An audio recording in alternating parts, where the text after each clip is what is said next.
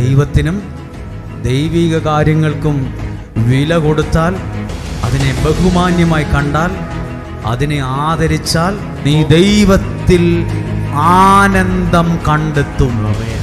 അതാണ് നാളുകളിൽ നമ്മളൊരു സാക്ഷ്യമായി പറയാൻ പോകുന്നത്.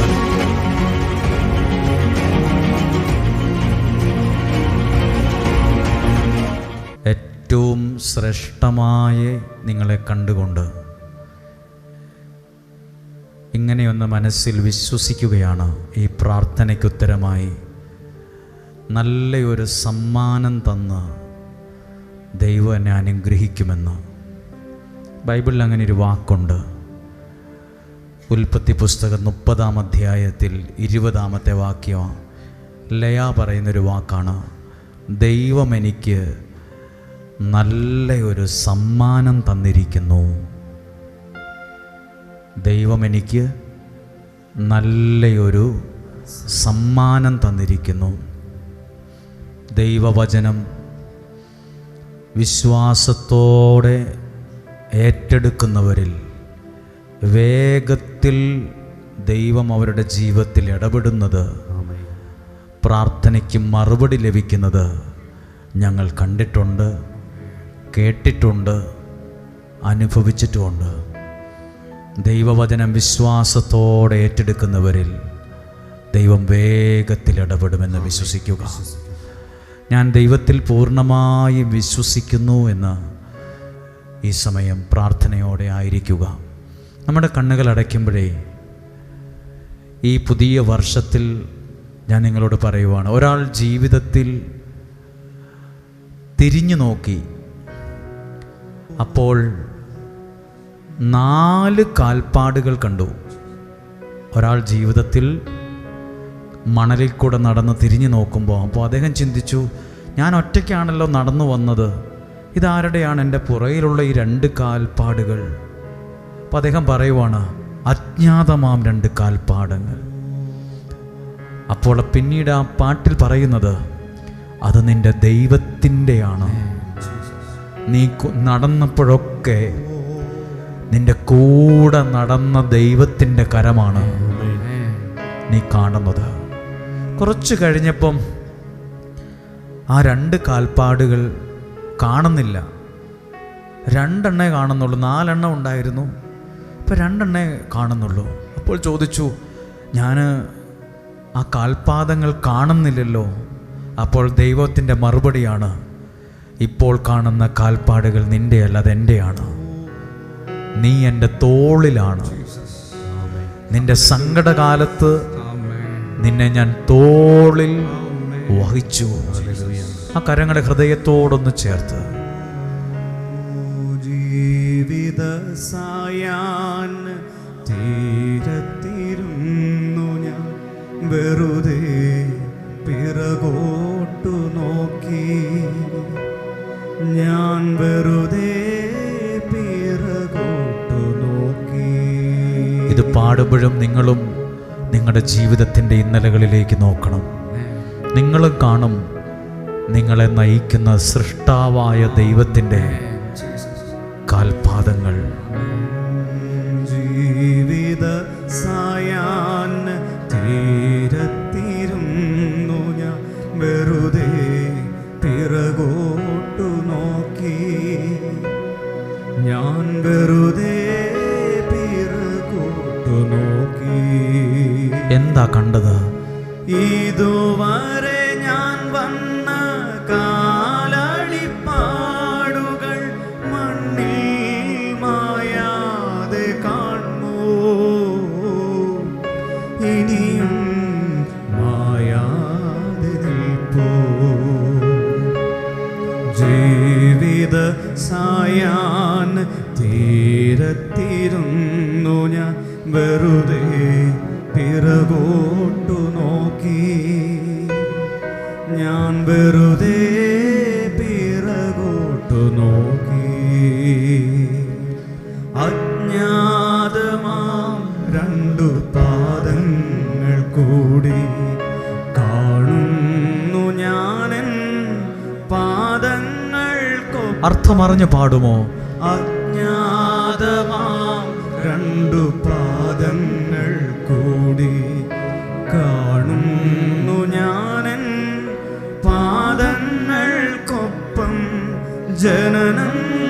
മുതൽ എൻ്റെ യാത്രയിൽ തുണയായി എന്നോടൊപ്പം നടന്നവനാര്? മകനെ, അന്നതു ഞാനായിരുന്നു, നിന്നെ സൃഷ്ടിച്ച നിന്റെ ദൈവം. മകനെ, അന്നതു ഞാനായിരുന്നു, നിന്നെ സൃഷ്ടിച്ച അതുകൊണ്ട് എല്ലാവരും ചേർന്ന് പാടിയേ, ജീവിത സായാൻ. ജീവിത സായാൻ തീരത്തിരുന്നു ഞാൻ വെറുതെ പിറകോട്ടു നോക്കി, ഞാൻ വെറുതെ പിറകോട്ടു നോക്കി. പരിശുദ്ധാത്മാവേ, ഞങ്ങളുടെ ജീവിതത്തിൽ ഞങ്ങളെ നയിക്കുന്നതിന്, പരിപാലിക്കുന്നതിന് ഞങ്ങൾ നന്ദി പറയുന്നു. ഈ വചനത്തിലൂടെ, ശുശ്രൂഷയിലൂടെ ഒരു സമ്മാനം നൽകി എന്നെ ഇന്ന് അനുഗ്രഹിക്കണേ എന്ന് പ്രാർത്ഥിക്കുന്നു. ആമേൻ. ഇരിക്കാമോ?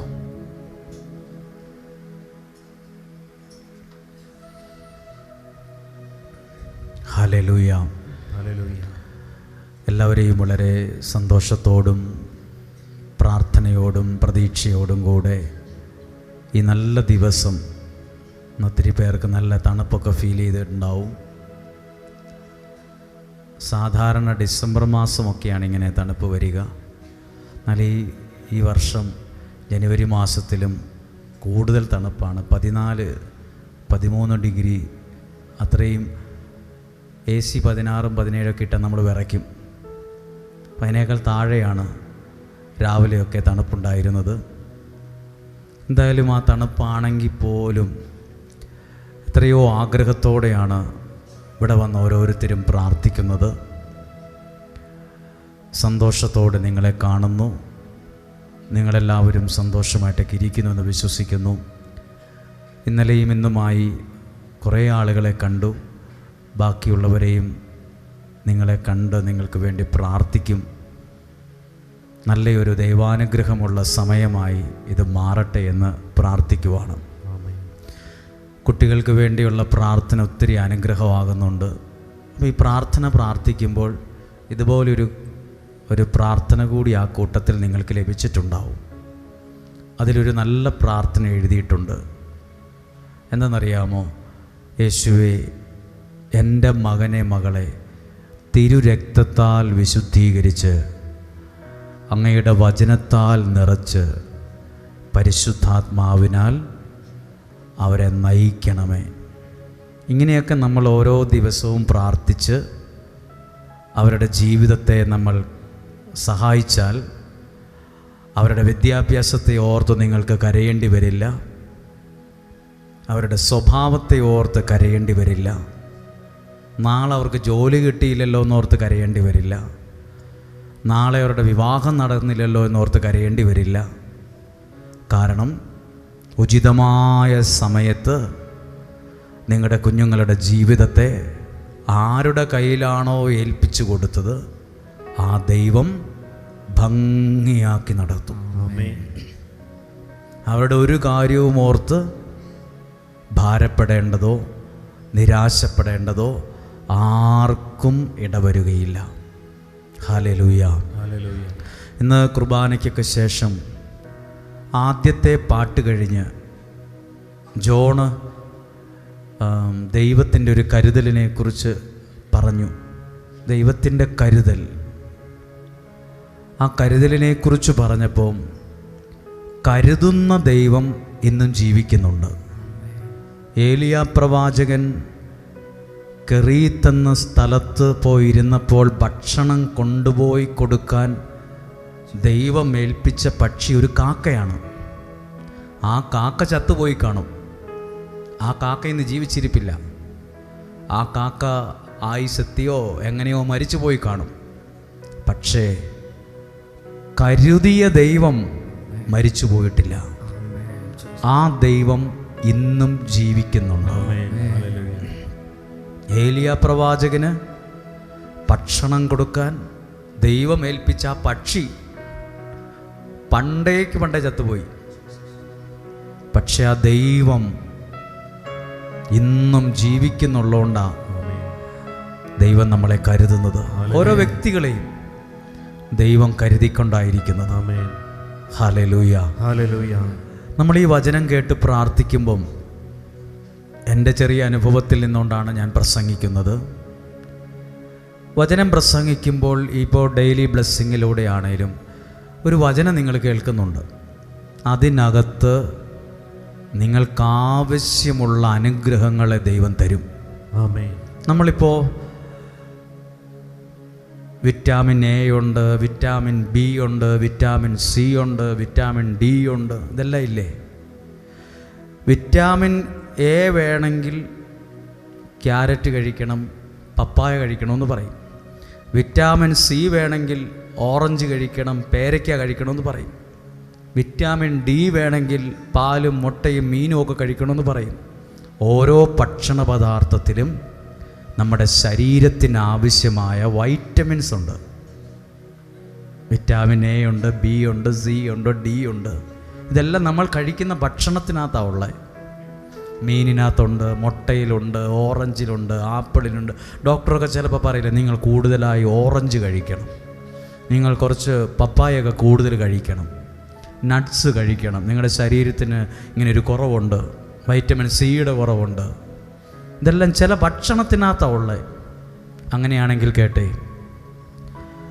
നമ്മൾ ഈ പുസ്തകത്തിനകത്ത്, ഈ വചനത്തിനകത്ത്, ഒരു ഭക്ഷണത്തിനകത്ത് vitamin A, vitamin B, vitamin C, vitamin D ഒക്കെ ഉള്ളതുപോലെ എൻ്റെ ജീവിതത്തിന് ആവശ്യമായ സകല വൈറ്റമിൻസ് എന്നതുപോലെ എൻ്റെ ജീവിതത്തിന്, എൻ്റെ ആരോഗ്യത്തിന്, എൻ്റെ കുടുംബജീവിതത്തിന്, പിള്ളേരുടെ ഭാവിക്ക്, അവരുടെ സ്വഭാവത്തിന് എല്ലാം ഉള്ളത് ഈ വചനത്തിനകത്ത് ദൈവവും ഒരുക്കി വച്ചിട്ടുണ്ട്. അതുകൊണ്ടാണ് ജെറമിയ പ്രവാചകൻ്റെ നാവിൽ ദൈവം പറയും, എൻ്റെ വചനം ഞാൻ നിൻ്റെ തലയെ തൊട്ട് പ്രാർത്ഥിച്ചു പോവുമല്ല, തലയെ തൊട്ടൊരു ആശീർവാദം കൊടുത്തിട്ടല്ല, നാവിൽ തൊട്ടിട്ട് പറഞ്ഞു, എൻ്റെ വചനം നിൻ്റെ നാവിൽ ഞാൻ നിക്ഷേപിച്ചിരിക്കുന്നു. നാവിലാണ് കൊടുത്തത്. ഹല്ലേലൂയ. അപ്പം നിങ്ങളും എല്ലാ ദിവസവും പ്രാർത്ഥിക്കുമ്പോഴും ഓർക്കുക, ആ അനുഗ്രഹത്തെ ദൈവം നിങ്ങളിലേക്ക് തരുന്നത് ഈ വചനത്തിലൂടെയാണ്. ഈ വചനം കേൾക്കുന്നത്, സ്വീകരിക്കുന്നത്, അതൊരു നമ്മുടെ ആ ജീവിതം അനുഗ്രഹമാകാൻ അത് കാരണമാകും. ഒരു 1.5 ആഴ്ചയ്ക്ക് മുമ്പ് ഞാനൊരു സ്ഥലത്തൂടെ വാഹനം ഓടിച്ചു പോയി. ഞാൻ ഏറ്റവും കൂടുതൽ കരഞ്ഞ ഒരു വഴി കൂടെയാണ് ഞാൻ വണ്ടി ഓടിച്ചു പോയത്. ആ വഴികളൊക്കെ എനിക്ക് നല്ല പരിചയമാണ്. ഞാൻ എന്നെ തന്നെ പ്രാഗിപ്പോയ ഒരു സ്ഥലത്താണ് ഞാൻ അതിലെ വണ്ടി ഓടിച്ചു പോയത്. ഞാനതെല്ലാം ഓർത്തു. ഒരു 6-7 കിലോമീറ്റർ ഞാൻ എൻ്റെ വീട്ടിൽ നിന്നൊരു സ്ഥലത്തേക്ക് നടന്നു. സ്ഥലത്തിൻ്റെ പേര് ഞാൻ പറയുന്നില്ല. എന്തിനാ നടന്നതെന്ന് ചോദിച്ചാൽ, അന്ന് വീട്ടിൽ ദാരിദ്ര്യമായതുകൊണ്ട് കുറച്ച് അടയ്ക്ക എടുത്ത് പൊളിച്ച് അത് ഒരു സ്ഥലത്ത് കൊണ്ടുപോയി കൊടുത്ത് അതിന് അരി മേടിക്കാൻ പോയതാണ്. അന്ന് ഫോണൊന്നുമില്ല. പക്ഷേ ഈ അടയ്ക്കയുമായി 1, 2, 3 കിലോ ഉള്ളൂ. ഇതുമായി ഞാൻ നടന്ന ആ സ്ഥലത്ത് പോയി അവിടെയുള്ള മലഞ്ചരക്ക് കടകളിൽ ഈ അടയ്ക്ക കൊണ്ടു ചെന്നപ്പോൾ അവരിത് പൊട്ടിച്ച് നോക്കിയിട്ട്, ഇത് ഉണങ്ങിയിട്ടില്ല എന്ന് ആരും എടുത്തില്ല. തിരിച്ചു പോരാനുള്ള വണ്ടിക്കാശും ഇല്ല. അത്രയും കിലോമീറ്റർ നടന്നു വരുമ്പോൾ ഞാൻ തിരിച്ചു വന്നത് പ്രാഗിക്കൊണ്ടാണ്. ഞാൻ എന്നെ തന്നെ ശാപിച്ചുകൊണ്ടും പ്രാഗിയുമാണ്. ഞാനത് അതിലേക്ക് വണ്ടി ഓടിച്ചു പോയപ്പോൾ ഓർത്തു. ഇത് ഞാൻ ഓർക്കാൻ കാരണം ഒരു സാഹചര്യം എൻ്റെ മനസ്സിലുണ്ടായി. അത് ഞാൻ പറയുന്നില്ല. പക്ഷെ ഞാൻ ഓർത്തു, ദൈവമേ, ഇതിലിങ്ങനെ വണ്ടി ഓടിച്ചു പോകുന്നൊന്നും സ്വപ്നത്തിൽ ഓർത്തില്ല. ഞാനിത് നിങ്ങളോട് പറയുന്നത്, നമ്മുടെ ഇന്നത്തെ സാഹചര്യം കണ്ട് എൻ്റെ ജീവിതം ഒന്നും എവിടെ എത്തില്ലെന്ന് ആരും വിചാരിക്കരുത്. കാരണം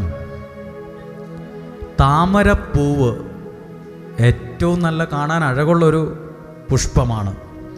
അതെവിടെയാണ് ഉണ്ടാവുന്നത്? അതെ, ആ ചെടി എവിടെയാണ് നിൽക്കുന്നത്? ചെളിക്കകത്താണ്. ആ താമരയിൽ ഒരു തണ്ടിൽ ഉയർന്നാണ് ഈ പൂ ഉണ്ടാവുന്നത്. ആ തണ്ടിന് ഒരൊറ്റ ഞൊട്ട് കൊടുത്താൽ അത് ഒടിഞ്ഞു പോകും. അത്രേ കട്ടിയുള്ളൂ അതിൻ്റെ തണ്ടിന്, അത്രയും ബലമുള്ളൂ. ഇവിടെ ഇരിക്കുന്ന ഒരു തണ്ടിൻ്റെയും ബലം അതിനില്ല. ഏതൊരു വ്യക്തി ഒരൊറ്റ ഞൊട്ട് കൊടുത്താൽ താമരപ്പൂ വളഞ്ഞ് താഴെ ഒടിഞ്ഞു പോകും.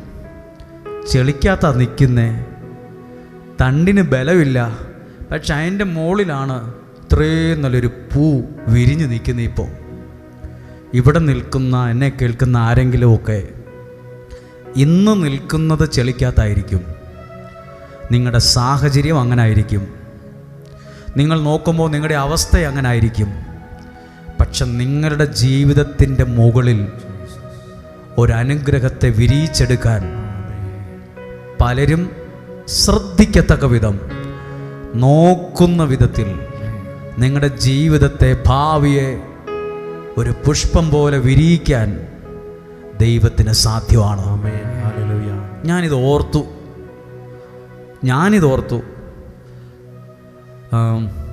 ഏറ്റവും കൂടുതൽ ഞാൻ എന്നെ തന്നെ പ്രാഗിയും ശപിച്ചും ആ യാത്രയിൽ ഈ 6-7 കിലോമീറ്റർ, 7 കിലോമീറ്റർ കൂടുതലുണ്ട് ആ സ്ഥലത്തേക്ക്.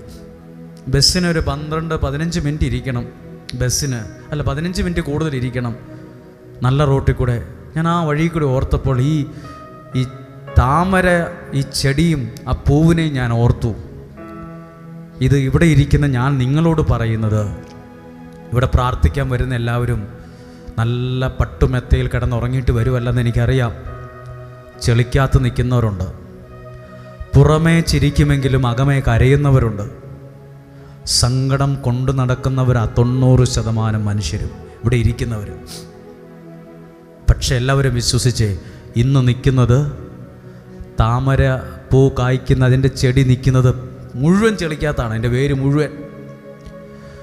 സാധാരണ രീതിയിൽ പറഞ്ഞാൽ ഈ ചെളിക്കകത്ത് നിൽക്കുന്ന ഈ ചെടിക്ക് എവിടെ രക്ഷപ്പെടാൻ പറ്റും? അതിലുണ്ടാകുന്ന ഒരു തണ്ട്, ഉയർന്നു വരുന്ന തണ്ടിനൊരു ബലവുമില്ല, ഒറ്റ ഞൊട്ടിന് ഒടിഞ്ഞു പോകുന്ന ബലമുള്ളൂ. പക്ഷെ അതിൻ്റെ മുകളിൽ ഇപ്പോൾ ആര് കണ്ടാലും ശ്രദ്ധിക്കുന്ന, ആര് കണ്ടാലും നോക്കുന്ന വിധത്തിലൊരു പൂവാണ് അതിൻ്റെ മുകളിൽ വിരിഞ്ഞു നിൽക്കുന്നത്. താമരയുടെ മുകളിൽ മാത്രമല്ല, ജീവിതത്തിൻ്റെ മുകളിലും ദൈവം ഇങ്ങനെയുള്ള നന്മകളെ ഒരുക്കിക്കൊണ്ടുവരും. എൻ്റെ ജീവിതം ഇങ്ങനെയാണ്, ശരീരം ഇങ്ങനെയാണ്, കളർ ഇങ്ങനെയാണ്, വീടങ്ങനെയാണ്, എൻ്റെ വിദ്യാഭ്യാസം ഇങ്ങനെയാണ്, എനിക്കൊന്നും ഇവിടെ എത്താൻ പറ്റില്ല. അങ്ങനെ വിധി പറയാറായിട്ടില്ല. ദൈവത്തിൽ ആശ്രയിക്കുന്നവൻ്റെ ജീവിതം ശോഭിക്കും. അവൻ്റെ ജീവിതം ഒരനുഗ്രഹമായിട്ട് തന്നെ മാറും. ഹല്ലേലൂയ. അതോടെ ഇപ്പം നമ്മളെല്ലാവരും പ്രാർത്ഥിക്കാനായിട്ട് ഒരുങ്ങിയിരിക്കുകയാണ്. പ്രാർത്ഥിക്കാൻ ഞാൻ ഇന്നലെ ഈ പറഞ്ഞ കാര്യങ്ങളൊക്കെ ഇന്നലെയും ഇച്ചിരിയൊക്കെ സൂചിപ്പിച്ചതാണ്. ഈ ആലയത്തിൽ പ്രാർത്ഥിക്കുമ്പോൾ ഉണ്ടല്ലോ, എൻ്റെ മനസ്സിൽ കണ്ടൊരു കാര്യം ഞാൻ പറയുവാണ്. മനസ്സിൽ കണ്ട ഒരു കാര്യം, കൈക്കുഞ്ഞുങ്ങളെയും കൊണ്ട് വരുന്ന അമ്മമാർ ആ കുഞ്ഞുങ്ങൾക്ക് ഭക്ഷണം കൊടുക്കുന്ന രീതി ഭയങ്കരമാണ്. വീടുകളിലൊക്കെ ചോറായാലും എന്ത് ഭക്ഷണമായാലും അടുപ്പേന്ന് വാങ്ങി ചൂടോടെ വിളമ്പി, വീട്ടിലെ പ്രായമായവർക്കും ഒക്കെ വിളമ്പി കൊടുത്താലും പിള്ളേർക്കുള്ള ഭക്ഷണം വിളമ്പി കുറച്ചു നേരം അതിൻ്റെ ചൂടാറാൻ മാറ്റി വയ്ക്കും. എന്നിട്ട് അത് കയ്യിലെടുത്ത് ആ കുഞ്ഞുങ്ങൾക്ക് പറ്റുന്ന വിധത്തിൽ അതിനെ പീച്ചി, അതിനെ വളരെ കട്ടി കുറച്ച് അത് ഓരോന്നായി അതിൻ്റെ നാവിൽ വെച്ച് കൊടുക്കും, ആ കുഞ്ഞിൻ്റെ വായിൽ വെച്ച് കൊടുക്കും അമ്മമാർ, അല്ലെങ്കിൽ വല്യമ്മമാർ, വല്യപ്പച്ചന്മാർ അങ്ങനെ ചെയ്യും. സത്യത്തിൽ ഞങ്ങളും അങ്ങനെയാണ്. നിങ്ങൾക്കുള്ള അനുഗ്രഹങ്ങളെ ദൈവത്തിൽ നിന്ന് പ്രാർത്ഥനയിൽ മേടിച്ച് അത് നിങ്ങൾക്ക് പറ്റുന്ന വിധത്തിൽ വ്യക്തിപരമായി എത്തിക്കുന്നൊരു ശുശ്രൂഷയാണ് ഞങ്ങളും ചെയ്തുകൊണ്ടിരിക്കുന്നത്. നിങ്ങളുടെ കരങ്ങളിൽ എത്തിക്കുകയാണ്. നിങ്ങൾ ഞങ്ങൾക്ക് വേണ്ടിയും പ്രാർത്ഥിക്കണം. ഇതൊരനുഗ്രഹമാണ്. നമ്മളെല്ലാവരും തോളോട് തോൾ ചേർന്ന് അധ്വാനിക്കണം ഈ ഒരു കാര്യത്തിന് വേണ്ടി. ഈ പിള്ളേർക്കുള്ള പ്രാർത്ഥന അനുഗ്രഹമാകാൻ വേണ്ടിയിട്ട്. കാരണം ഇന്ന് ഇവിടെ ഇരിക്കുന്ന ഒത്തിരി പേരും അവരുടെ മക്കളെക്കുറിച്ച് നല്ല ടെൻഷനുണ്ട്. നമ്മൾ പറയുന്നിടത്ത് അവർ നിൽക്കുന്നില്ല. ചിലരത് ഉൾക്കൊള്ളാൻ തയ്യാറല്ല. ഒന്ന് പറയുമ്പോൾ 10 തിരിച്ചു പറയുന്ന ആൾക്കാരുണ്ട്. അവരുടെ ഇഷ്ടമനുസരിച്ച് അവരവരുടെ വഴിക്ക് പോയിക്കൊണ്ടിരിക്കും. എന്നാ ചെയ്യും, ഇങ്ങനെ പോയാൽ എന്താകും എന്ന് ചിന്തിക്കുന്ന ഒത്തിരി പേരുണ്ട്. മാതാപിതാക്കളുടെ കണ്ണുനീര് ഒരുപാട് പേരുടെ കണ്ടതുകൊണ്ടാണ് ഇങ്ങനെയൊരു പ്രാർത്ഥന പോലും ആരംഭിച്ചത്. എങ്ങനെ ശരിയാകും? ഉപദേശം കൊണ്ടെല്ലാം ശരിയാകണമെന്നില്ല. നിങ്ങൾ പ്രാർത്ഥിക്കാൻ വിളിച്ചാൽ അവർ പ്രാർത്ഥിക്കാൻ വരണമെന്നില്ല. ഇപ്പോൾ സാഹചര്യം അങ്ങനെ ഇരിക്കട്ടെ. നിങ്ങൾ മനസ്സ് ദൈവത്തിൽ അർപ്പിച്ചാൽ പ്രാർത്ഥിക്കുന്നതെങ്കിൽ, സാവൂളിനെ പൗലോസാക്കിയത് കൗൺസിലിംഗ് ഒന്നുമല്ല. സാവൂളിനെ പൗലോസാക്കിയത് എവിടെയെങ്കിലും 5 ദിവസം ധ്യാനം കൂടിയിട്ടുമല്ല. സാവൂൾ പൗലോസായത് യേശുവിൻ്റെ കരം സാവൂളിനെ തൊട്ടതേ ഉള്ളൂ. 3 ദിവസം കഴിഞ്ഞപ്പോൾ മല്ലനായ ഗുണ്ടായുസമൊക്കെയുള്ള ഉപദ്രവിക്കുന്ന സാവൂൾ യേശുവിനെ ഏറ്റവും ഇഷ്ടപ്പെട്ട പൗലോസായി മാറി. ഇത് അന്നു മാത്രം നടന്ന ഒറ്റപ്പെട്ട സംഭവമല്ല. നിങ്ങളിവിടെ ഇരുന്ന് പ്രാർത്ഥിക്കുമ്പോൾ നമ്മൾ തൊട്ടിട്ട് കാര്യമില്ല, നമ്മൾ ഉപദേശിച്ചിട്ട് ചിലർക്ക് കാര്യമില്ല. നിങ്ങൾ പ്രാർത്ഥിക്കണം. 1-2 പേരോട് ഞാനിത് പറഞ്ഞു. കർത്താവേ, സാവൂളിനെ തൊട്ട അതേ കൈകൊണ്ട് എൻ്റെ മക്കളെ ഓരോരുത്തരെയും അങ്ങ് തൊടണമേ. ഇത് എത്ര നാൾ പ്രാർത്ഥിക്കണം? എല്ലാ ദിവസവും പ്രാർത്ഥിക്കണം. എല്ലാ ദിവസവും ഇത് പറയണം.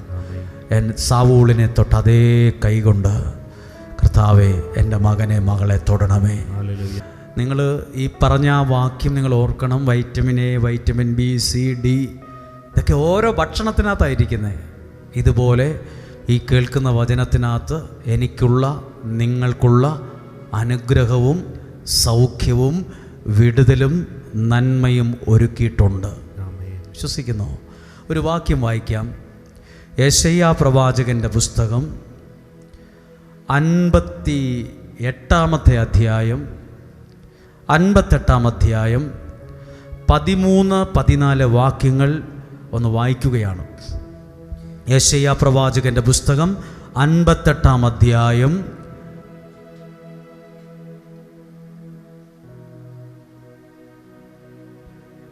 എന്നിട്ട് 13-ാമത്തെ വാക്യം ഒന്ന് വായിക്കുവാണ്. എല്ലാവരും ശ്രദ്ധിക്കുക. ആ വാക്യം നിങ്ങൾക്ക് അനുഗ്രഹമാണ്. സാബത്തിനെ ചവിട്ടി മെതിക്കുന്നതിൽ നിന്നും. സാബത്ത് എന്ന് പറഞ്ഞാൽ സാബത്ത് ഞായറാഴ്ചയാണ്, അല്ലെങ്കിൽ ദൈവത്തിന് വേണ്ടി നമ്മൾ മാറ്റിവെക്കുന്ന ദിവസമാണ്. ഒരുപക്ഷെ നമ്മൾ ഇന്നായിട്ട് അതിനെ കാണുവാണ്. നമ്മൾ ഒരുമിച്ച് ഈ പകൽ സമയത്ത് പ്രാർത്ഥിക്കാൻ വരുന്ന ഈ സമയം, സാബത്തിനെ ചവിട്ടി മെതിക്കുന്നതിൽ നിന്നും എൻ്റെ വിശുദ്ധ ദിവസത്തിൽ നിന്റെ ഇഷ്ടം അനുവർത്തിക്കുന്നതിൽ നിന്നും നീ പിന്തിരിയുക. സ്വന്തം ഇഷ്ടം നോക്കി മാറുന്നതിൽ സ്വന്തം ഇഷ്ടം ചെയ്യുന്നെല്ലാം പിന്തിരിയുക. എന്നിട്ടോ സാബത്തിനെ സന്തോഷദായകവും കർത്താവിൻ്റെ വിശുദ്ധ ദിനത്തെ ബഹുമാന്യവുമായി കണക്കാക്കുക. പ്രാർത്ഥനയെ, ദൈവിക കാര്യങ്ങളെ, ആരാധനയെ ബഹുമാന്യതയോടെ അതിനെ കാണുക. എഴുതിയിട്ടുണ്ട് ആ വാക്ക്. അതിനെ ബഹുമാന്യമായി കാണുക, അതിനെ റെസ്പെക്റ്റ് ചെയ്യുക, അതിനെ ബഹുമാനിക്കുക.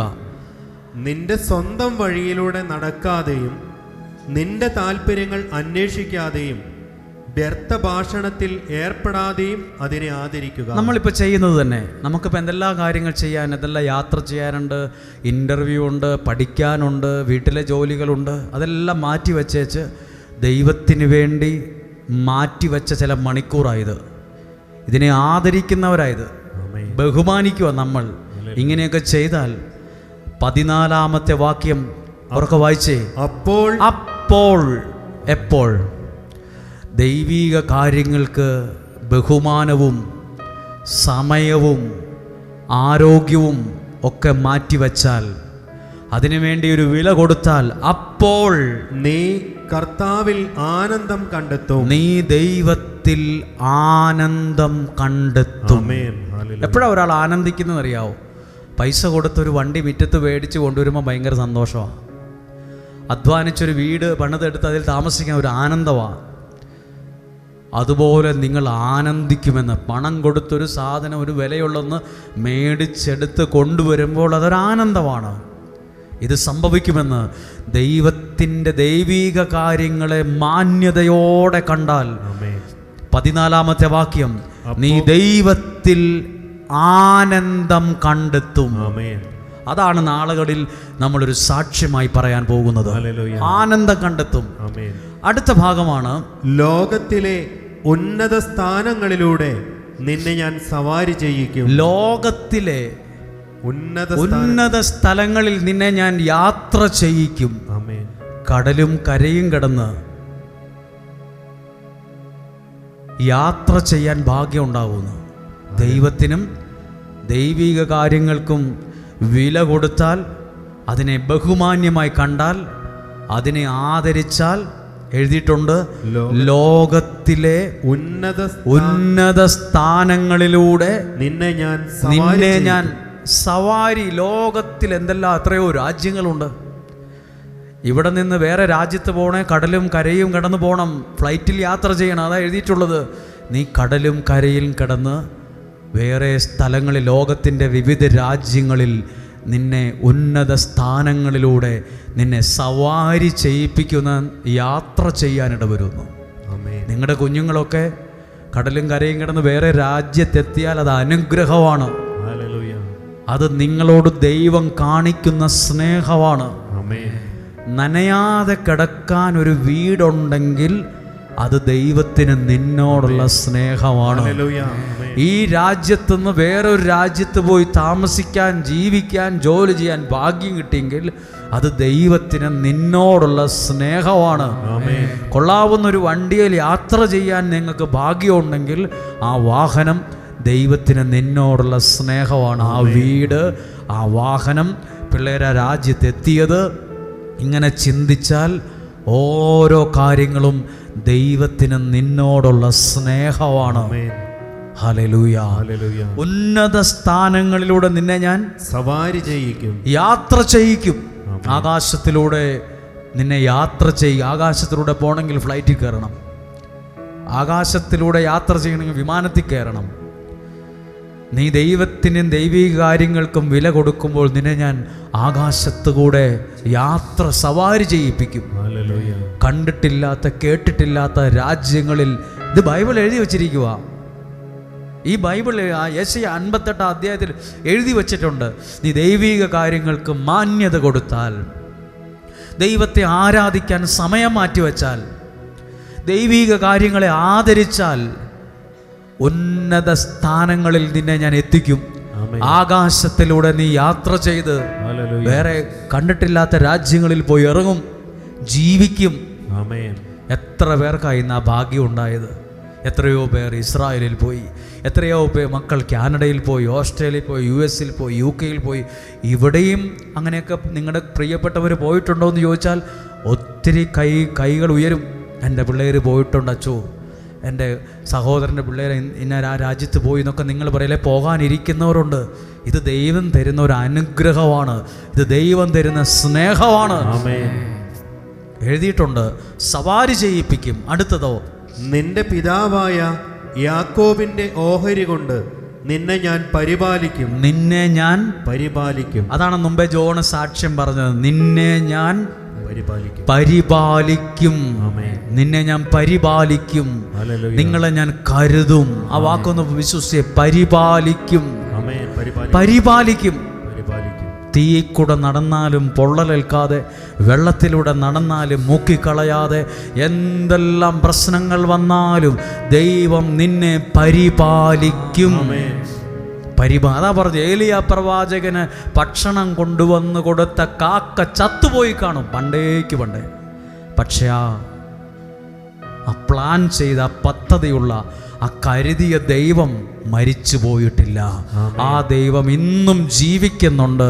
ആ ദൈവമാ പറഞ്ഞത്, നിന്റെ പിതാവായ യാക്കോബിന്റെ ഓഹരി കൊണ്ട് നിന്നെ ഞാൻ പരിപാലിക്കും. ഇവിടെ ഇരിക്കുന്ന എല്ലാ അമ്മമാരോടും അപ്പച്ചന്മാരോടും ഒക്കെ പറയട്ടെ, എങ്ങനെ എൻ്റെ പിള്ളേരുടെ കല്യാണം നടത്തും, ജോലി കിട്ടുമോ, വീട് പണി പൂർത്തിയാവോ, ഈ കടം മാറുമോ, എങ്ങനെ മുന്നോട്ട് നീങ്ങും, ആ വഴക്ക് മാറുമോ, എൻ്റെ പിള്ളേരുടെ കുടുംബജീവിതം തകരുമോ? ദൈവം പരിപാലിക്കും. ആമേൻ. യാക്കോബിന്റെ ഓഹരി കൊണ്ട് നിന്നെ ഞാൻ പരിപാലിക്കും. ആമേൻ. എന്നിട്ട് അടുത്ത വാക്ക് എഴുതിയിട്ടുണ്ട്, കർത്താവാണ് ഇത് അരുൾ ചെയ്യുന്നത്. ഇത് വേറെ പ്രവാചകന്മാരോ നാട്ടുകാരോ ദർശനം സിദ്ധിച്ചവനോ അരുളി ചെയ്തതല്ല, കർത്താവായ ഞാനാണ് ഇത് പറഞ്ഞിട്ടുള്ളത്. വ്യക്തവും കൃത്യവുമായൊരു വചനമാണ്. ഈ വാക്യങ്ങൾ എല്ലാവരും ശ്രദ്ധിച്ചേ. ഇവിടെ എഴുതിയിരിക്കുവാണ്, നിങ്ങൾ സ്വന്തം വഴിയിലൂടെ നടക്കാതെ ദൈവിക കാര്യങ്ങൾക്ക് വില കൊടുത്താൽ, മാന്യത കൊടുത്താൽ, അതിനെ ശ്രേഷ്ഠമായി കണ്ടാൽ, നിങ്ങളെ ആകാശത്തിലൂടെ ഞാൻ നിങ്ങളെ യാത്ര ചെയ്യിപ്പിക്കും. ലോകത്തിലെ ഉന്നത സ്ഥലങ്ങളിൽ നിങ്ങളെ ഞാൻ എത്തിക്കും. ഇത് കർത്താവായ ഞാനാണ് ഇത് അരുളി ചെയ്തിരിക്കുന്നത്.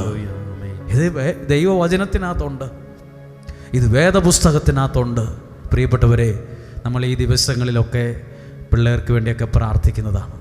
നിങ്ങളുടെ കുഞ്ഞുങ്ങൾക്ക് വലിയ നല്ല സ്വപ്നങ്ങളുണ്ട്.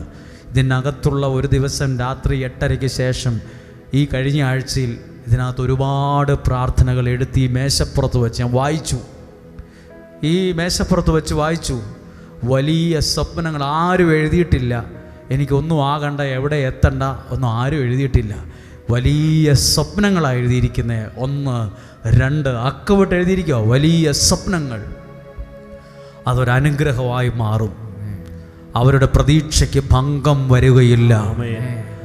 ബൈബിളിലെ വാക്യമാണ്, നിന്റെ പ്രതീക്ഷയ്ക്ക് ഒരിക്കലും ഭംഗം വരികയില്ല. ഹല്ലേലൂയ. ഒരു കരം ഉയർത്തി ഉറക്കിയെന്ന് പറഞ്ഞേ ഹല്ലേലൂയ. ശബ്ദമുയർത്തി പറഞ്ഞേ ഹല്ലേലൂയ, ഹല്ലേലൂയ. ഈ വചനം നിങ്ങൾ കേൾക്കുമ്പോൾ നിങ്ങൾ ഇത്ര ശ്രദ്ധയോടെ ഇരിക്കുമല്ലേ? നിങ്ങളുടെ കുഞ്ഞുങ്ങൾക്ക് വേണ്ടി പ്രാർത്ഥിക്കുമ്പോൾ, ഇന്നലെ ഞാനത് പറഞ്ഞു, എല്ലാത്തിനും A+ കിട്ടണം, എല്ലാത്തിനും ഹൈ സ്കോർ കിട്ടണം എന്ന് മാത്രമല്ല പ്രാർത്ഥിക്കുന്നത്. തിങ്കളാഴ്ച മുതലുള്ള പ്രാർത്ഥനകൾ നിങ്ങൾ ഡെയിലി ബ്ലെസ്സിങ്ങിൽ കേൾക്കണം. ഞങ്ങൾ പ്രാർത്ഥിക്കുമ്പോൾ എൻ്റെ ഒരു ബോധ്യമാണ് പറഞ്ഞത്, നിങ്ങൾ നിങ്ങളുടെ കുഞ്ഞുങ്ങളെ നന്നായി പെരുമാറാൻ പഠിപ്പിക്കണം. നന്നായി പെരുമാറാൻ. ഇല്ലെന്നേ നമുക്ക് പെരുമാറാൻ അറിയത്തില്ലാത്തവരുണ്ട്. പെരുമാറാൻ, കുറ്റം കണ്ടുപിടിക്കാൻ, കുറവ് കണ്ടുപിടിക്കാൻ ഡോക്ടറേറ്റ് എടുക്കാൻ പോകണ്ട. എല്ലാ കുറ്റവും എങ്ങനെയും കണ്ടുപിടിക്കും. കുറവും കുറ്റവും അല്ലെന്നേ കണ്ടുപിടിക്കണ്ടേ. ഒരാളുടെ നന്മയെ മനസ്സിലാക്കി സപ്പോർട്ട് ചെയ്യുന്നവരെ വളർത്തിക്കൊണ്ടുവരണം. കുറ്റവും കുറവും കണ്ടുപിടിച്ച് അവിടെ പ്രശ്നം ഉണ്ടാക്കുന്ന ആൾക്കാരല്ല വളർന്നു വരേണ്ടത്. നിങ്ങളുടെ മാതാപിതാക്കൾ അല്ലെങ്കിൽ നമ്മൾ ഒരുമിച്ച് നിങ്ങളുടെ കുഞ്ഞുങ്ങളെ നന്നായി പെരുമാറാൻ പഠിപ്പിക്കണം. ഇപ്പം നിങ്ങൾ വീട്ടിലില്ലാത്തൊരു ദിവസം, പിള്ളേർ മാത്രമേ വീട്ടിലുള്ളൂ, ആരോ ബെല്ലടിച്ചു, അപ്പോൾ ഒരാൾ കാണാൻ വന്നിരിക്കുക, നിങ്ങളെ കാണാൻ വന്നാൽ നിങ്ങളവിടെ ഇല്ല, പിള്ളേരേ ഉള്ളൂ. അപ്പോൾ ആ പിള്ളേർക്ക് പറയാൻ പറ്റണം, അവരെ അങ്കിൾ എന്ന് വിളിക്കാൻ. അങ്ങനെയുള്ളവരാണ്, അങ്കിളെ എന്താ വന്നേ, ആൻറ്റി എന്തിനാ വന്നേ, പപ്പായും മമ്മയും ഇവിടെ ഇല്ല, ഇന്ന പോലെ ഇന്ന സ്ഥലത്ത് പോയേക്കുവാ, മിക്കവാറും ഞാൻ ഇപ്പോൾ ഒന്ന് വിളിക്കട്ടെ, ഒരു അരമണിക്കൂറിൽ വരുമായിരിക്കും, അങ്കിൾ കയറി ഇരിക്കുക, അങ്കിളൊരു 10 മിനിറ്റ് ഇവിടെ ഇരിക്കും, ഞാനൊന്ന് വിളിക്കട്ടെ. അത് ഒരു വന്നയാളെ ബഹുമാനത്തോടെ കാണാൻ, അങ്ങനെ പെരുമാറാൻ നിങ്ങളുടെ കുഞ്ഞുങ്ങൾക്ക് കഴിവ് വേണോ? ഒരാളോട് ധാർഷ്ട്യത്തോടെ, ഇയാൾ എവിടുന്ന് വരുന്ന, ഇയാൾ ഏത് നാട്ടിൽ നിന്ന് വരുന്നത്, ഏത് പഞ്ചായത്തിൽ നിന്നാണ് വരുന്നത്, ഇങ്ങനെ ചോദിക്കുന്ന ധാർഷ്ട്യത്തോടെയല്ല, സ്നേഹത്തോടെ, അങ്കിൾ, ആൻറ്റി, ചേട്ടനെവിടെ, അപ്പച്ചൻ്റെ പേരെന്തുവാ, ഇരിക്കുക കേട്ടോ. അങ്ങനെ പെരുമാറുന്ന മക്കൾ നിങ്ങളവരെ എത്ര വലുതായാലും അങ്ങനെയുള്ള കുഞ്ഞുങ്ങൾ നിങ്ങളുടെ വീട്ടിലുണ്ടാകണം. സ്നേഹിക്കേണ്ടവരെ നന്നായി സ്നേഹിക്കാൻ കഴിവുള്ളവരാകണം. അംഗീകരിക്കാൻ കഴിവ് വേണം. ക്ഷമിക്കാനുള്ള കഴിവ് വേണം. പ്രോത്സാഹിപ്പിക്കാൻ കഴിവുള്ളവരാകണം. ഒരാൾ വിഷമിച്ചിരിക്കുക, അപ്പോൾ നമ്മൾ ഫോണിൽ നോക്കിയിരിക്കാതെ എന്താ ഒരു വിഷമമുണ്ടല്ലോ, സാരമില്ല കേട്ടോ, ഒക്കെ മാറി വരും എന്ന് പറയാൻ കഴിവുള്ള സ്വഭാവം അവരിൽ വളർന്നു വരണം. ഇങ്ങനെ ഒത്തിരി കാര്യങ്ങളിൽ നമ്മൾ അതിനോട് ചേർന്ന് പ്രാർത്ഥിക്കും. അത് നിങ്ങളുടെ കുഞ്ഞുങ്ങൾ നിങ്ങൾക്ക് അനുഗ്രഹമാകാൻ കാരണമാകും. നമ്മൾ കൊടുക്കുന്നൊരു ഫോർമേഷനാണ്. ബിസിനസ്സുകാരായ അപ്പനും അമ്മയൊക്കെ ആണെങ്കിൽ അവരെ, നിങ്ങളുടെ കുഞ്ഞുങ്ങളെ ബിസിനസ് ചെയ്യാൻ പഠിപ്പിക്കണം, പ്രസംഗിക്കാൻ പഠിപ്പിക്കണം, പാടാൻ പഠിപ്പിക്കണം. അവരുടെ ജീവിതത്തിൽ അവരെവിടെയും പുറകിൽ പോകില്ല. അവർ നിങ്ങൾക്കൊരു അനുഗ്രഹമായിട്ട് മാറും. Hallelujah, hallelujah. ഓരോരോ കുഞ്ഞുങ്ങളും ഓരോ കഴിവുള്ളവരാണ്. നമ്മളെക്കാൾ കഴിവുള്ളവരാണ് അടുത്ത തലമുറ. നമ്മളെക്കാൾ ബുദ്ധിയും ഓർമ്മയും എല്ലാം ഉള്ളവരാണ്. നമ്മളല്ല ബുദ്ധിമാന്മാർ, നമ്മളെക്കാൾ ബുദ്ധിയുള്ളവരാണ്.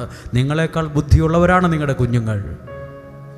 നിങ്ങളെക്കാൾ 2 മടങ്ങ് ബുദ്ധിയുണ്ടവർക്ക് കാര്യങ്ങൾ മനസ്സിലാക്കാൻ. പ്രാർത്ഥിച്ചേ, നിങ്ങളും പ്രാർത്ഥിക്കുമ്പോൾ അതെല്ലാം ഒരു അനുഗ്രഹമായിട്ട് വരും. കേവലം ഒരു പ്രസംഗമല്ല പ്രസംഗിച്ചത്, കേവലം ഒരു പ്രഭാഷണമായിട്ടല്ല.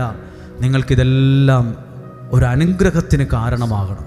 നിങ്ങളുടെ കുഞ്ഞുങ്ങളോട് നിങ്ങൾ പറയണം, കുഞ്ഞുങ്ങൾ കിടന്ന കട്ടിൽ, അവരുപയോഗിച്ച ബെഡ്ഷീറ്റ്, പുതപ്പ്, അത് അവരെ കൊണ്ട് മടക്കി വെപ്പിക്കാൻ പഠിപ്പിക്കണം.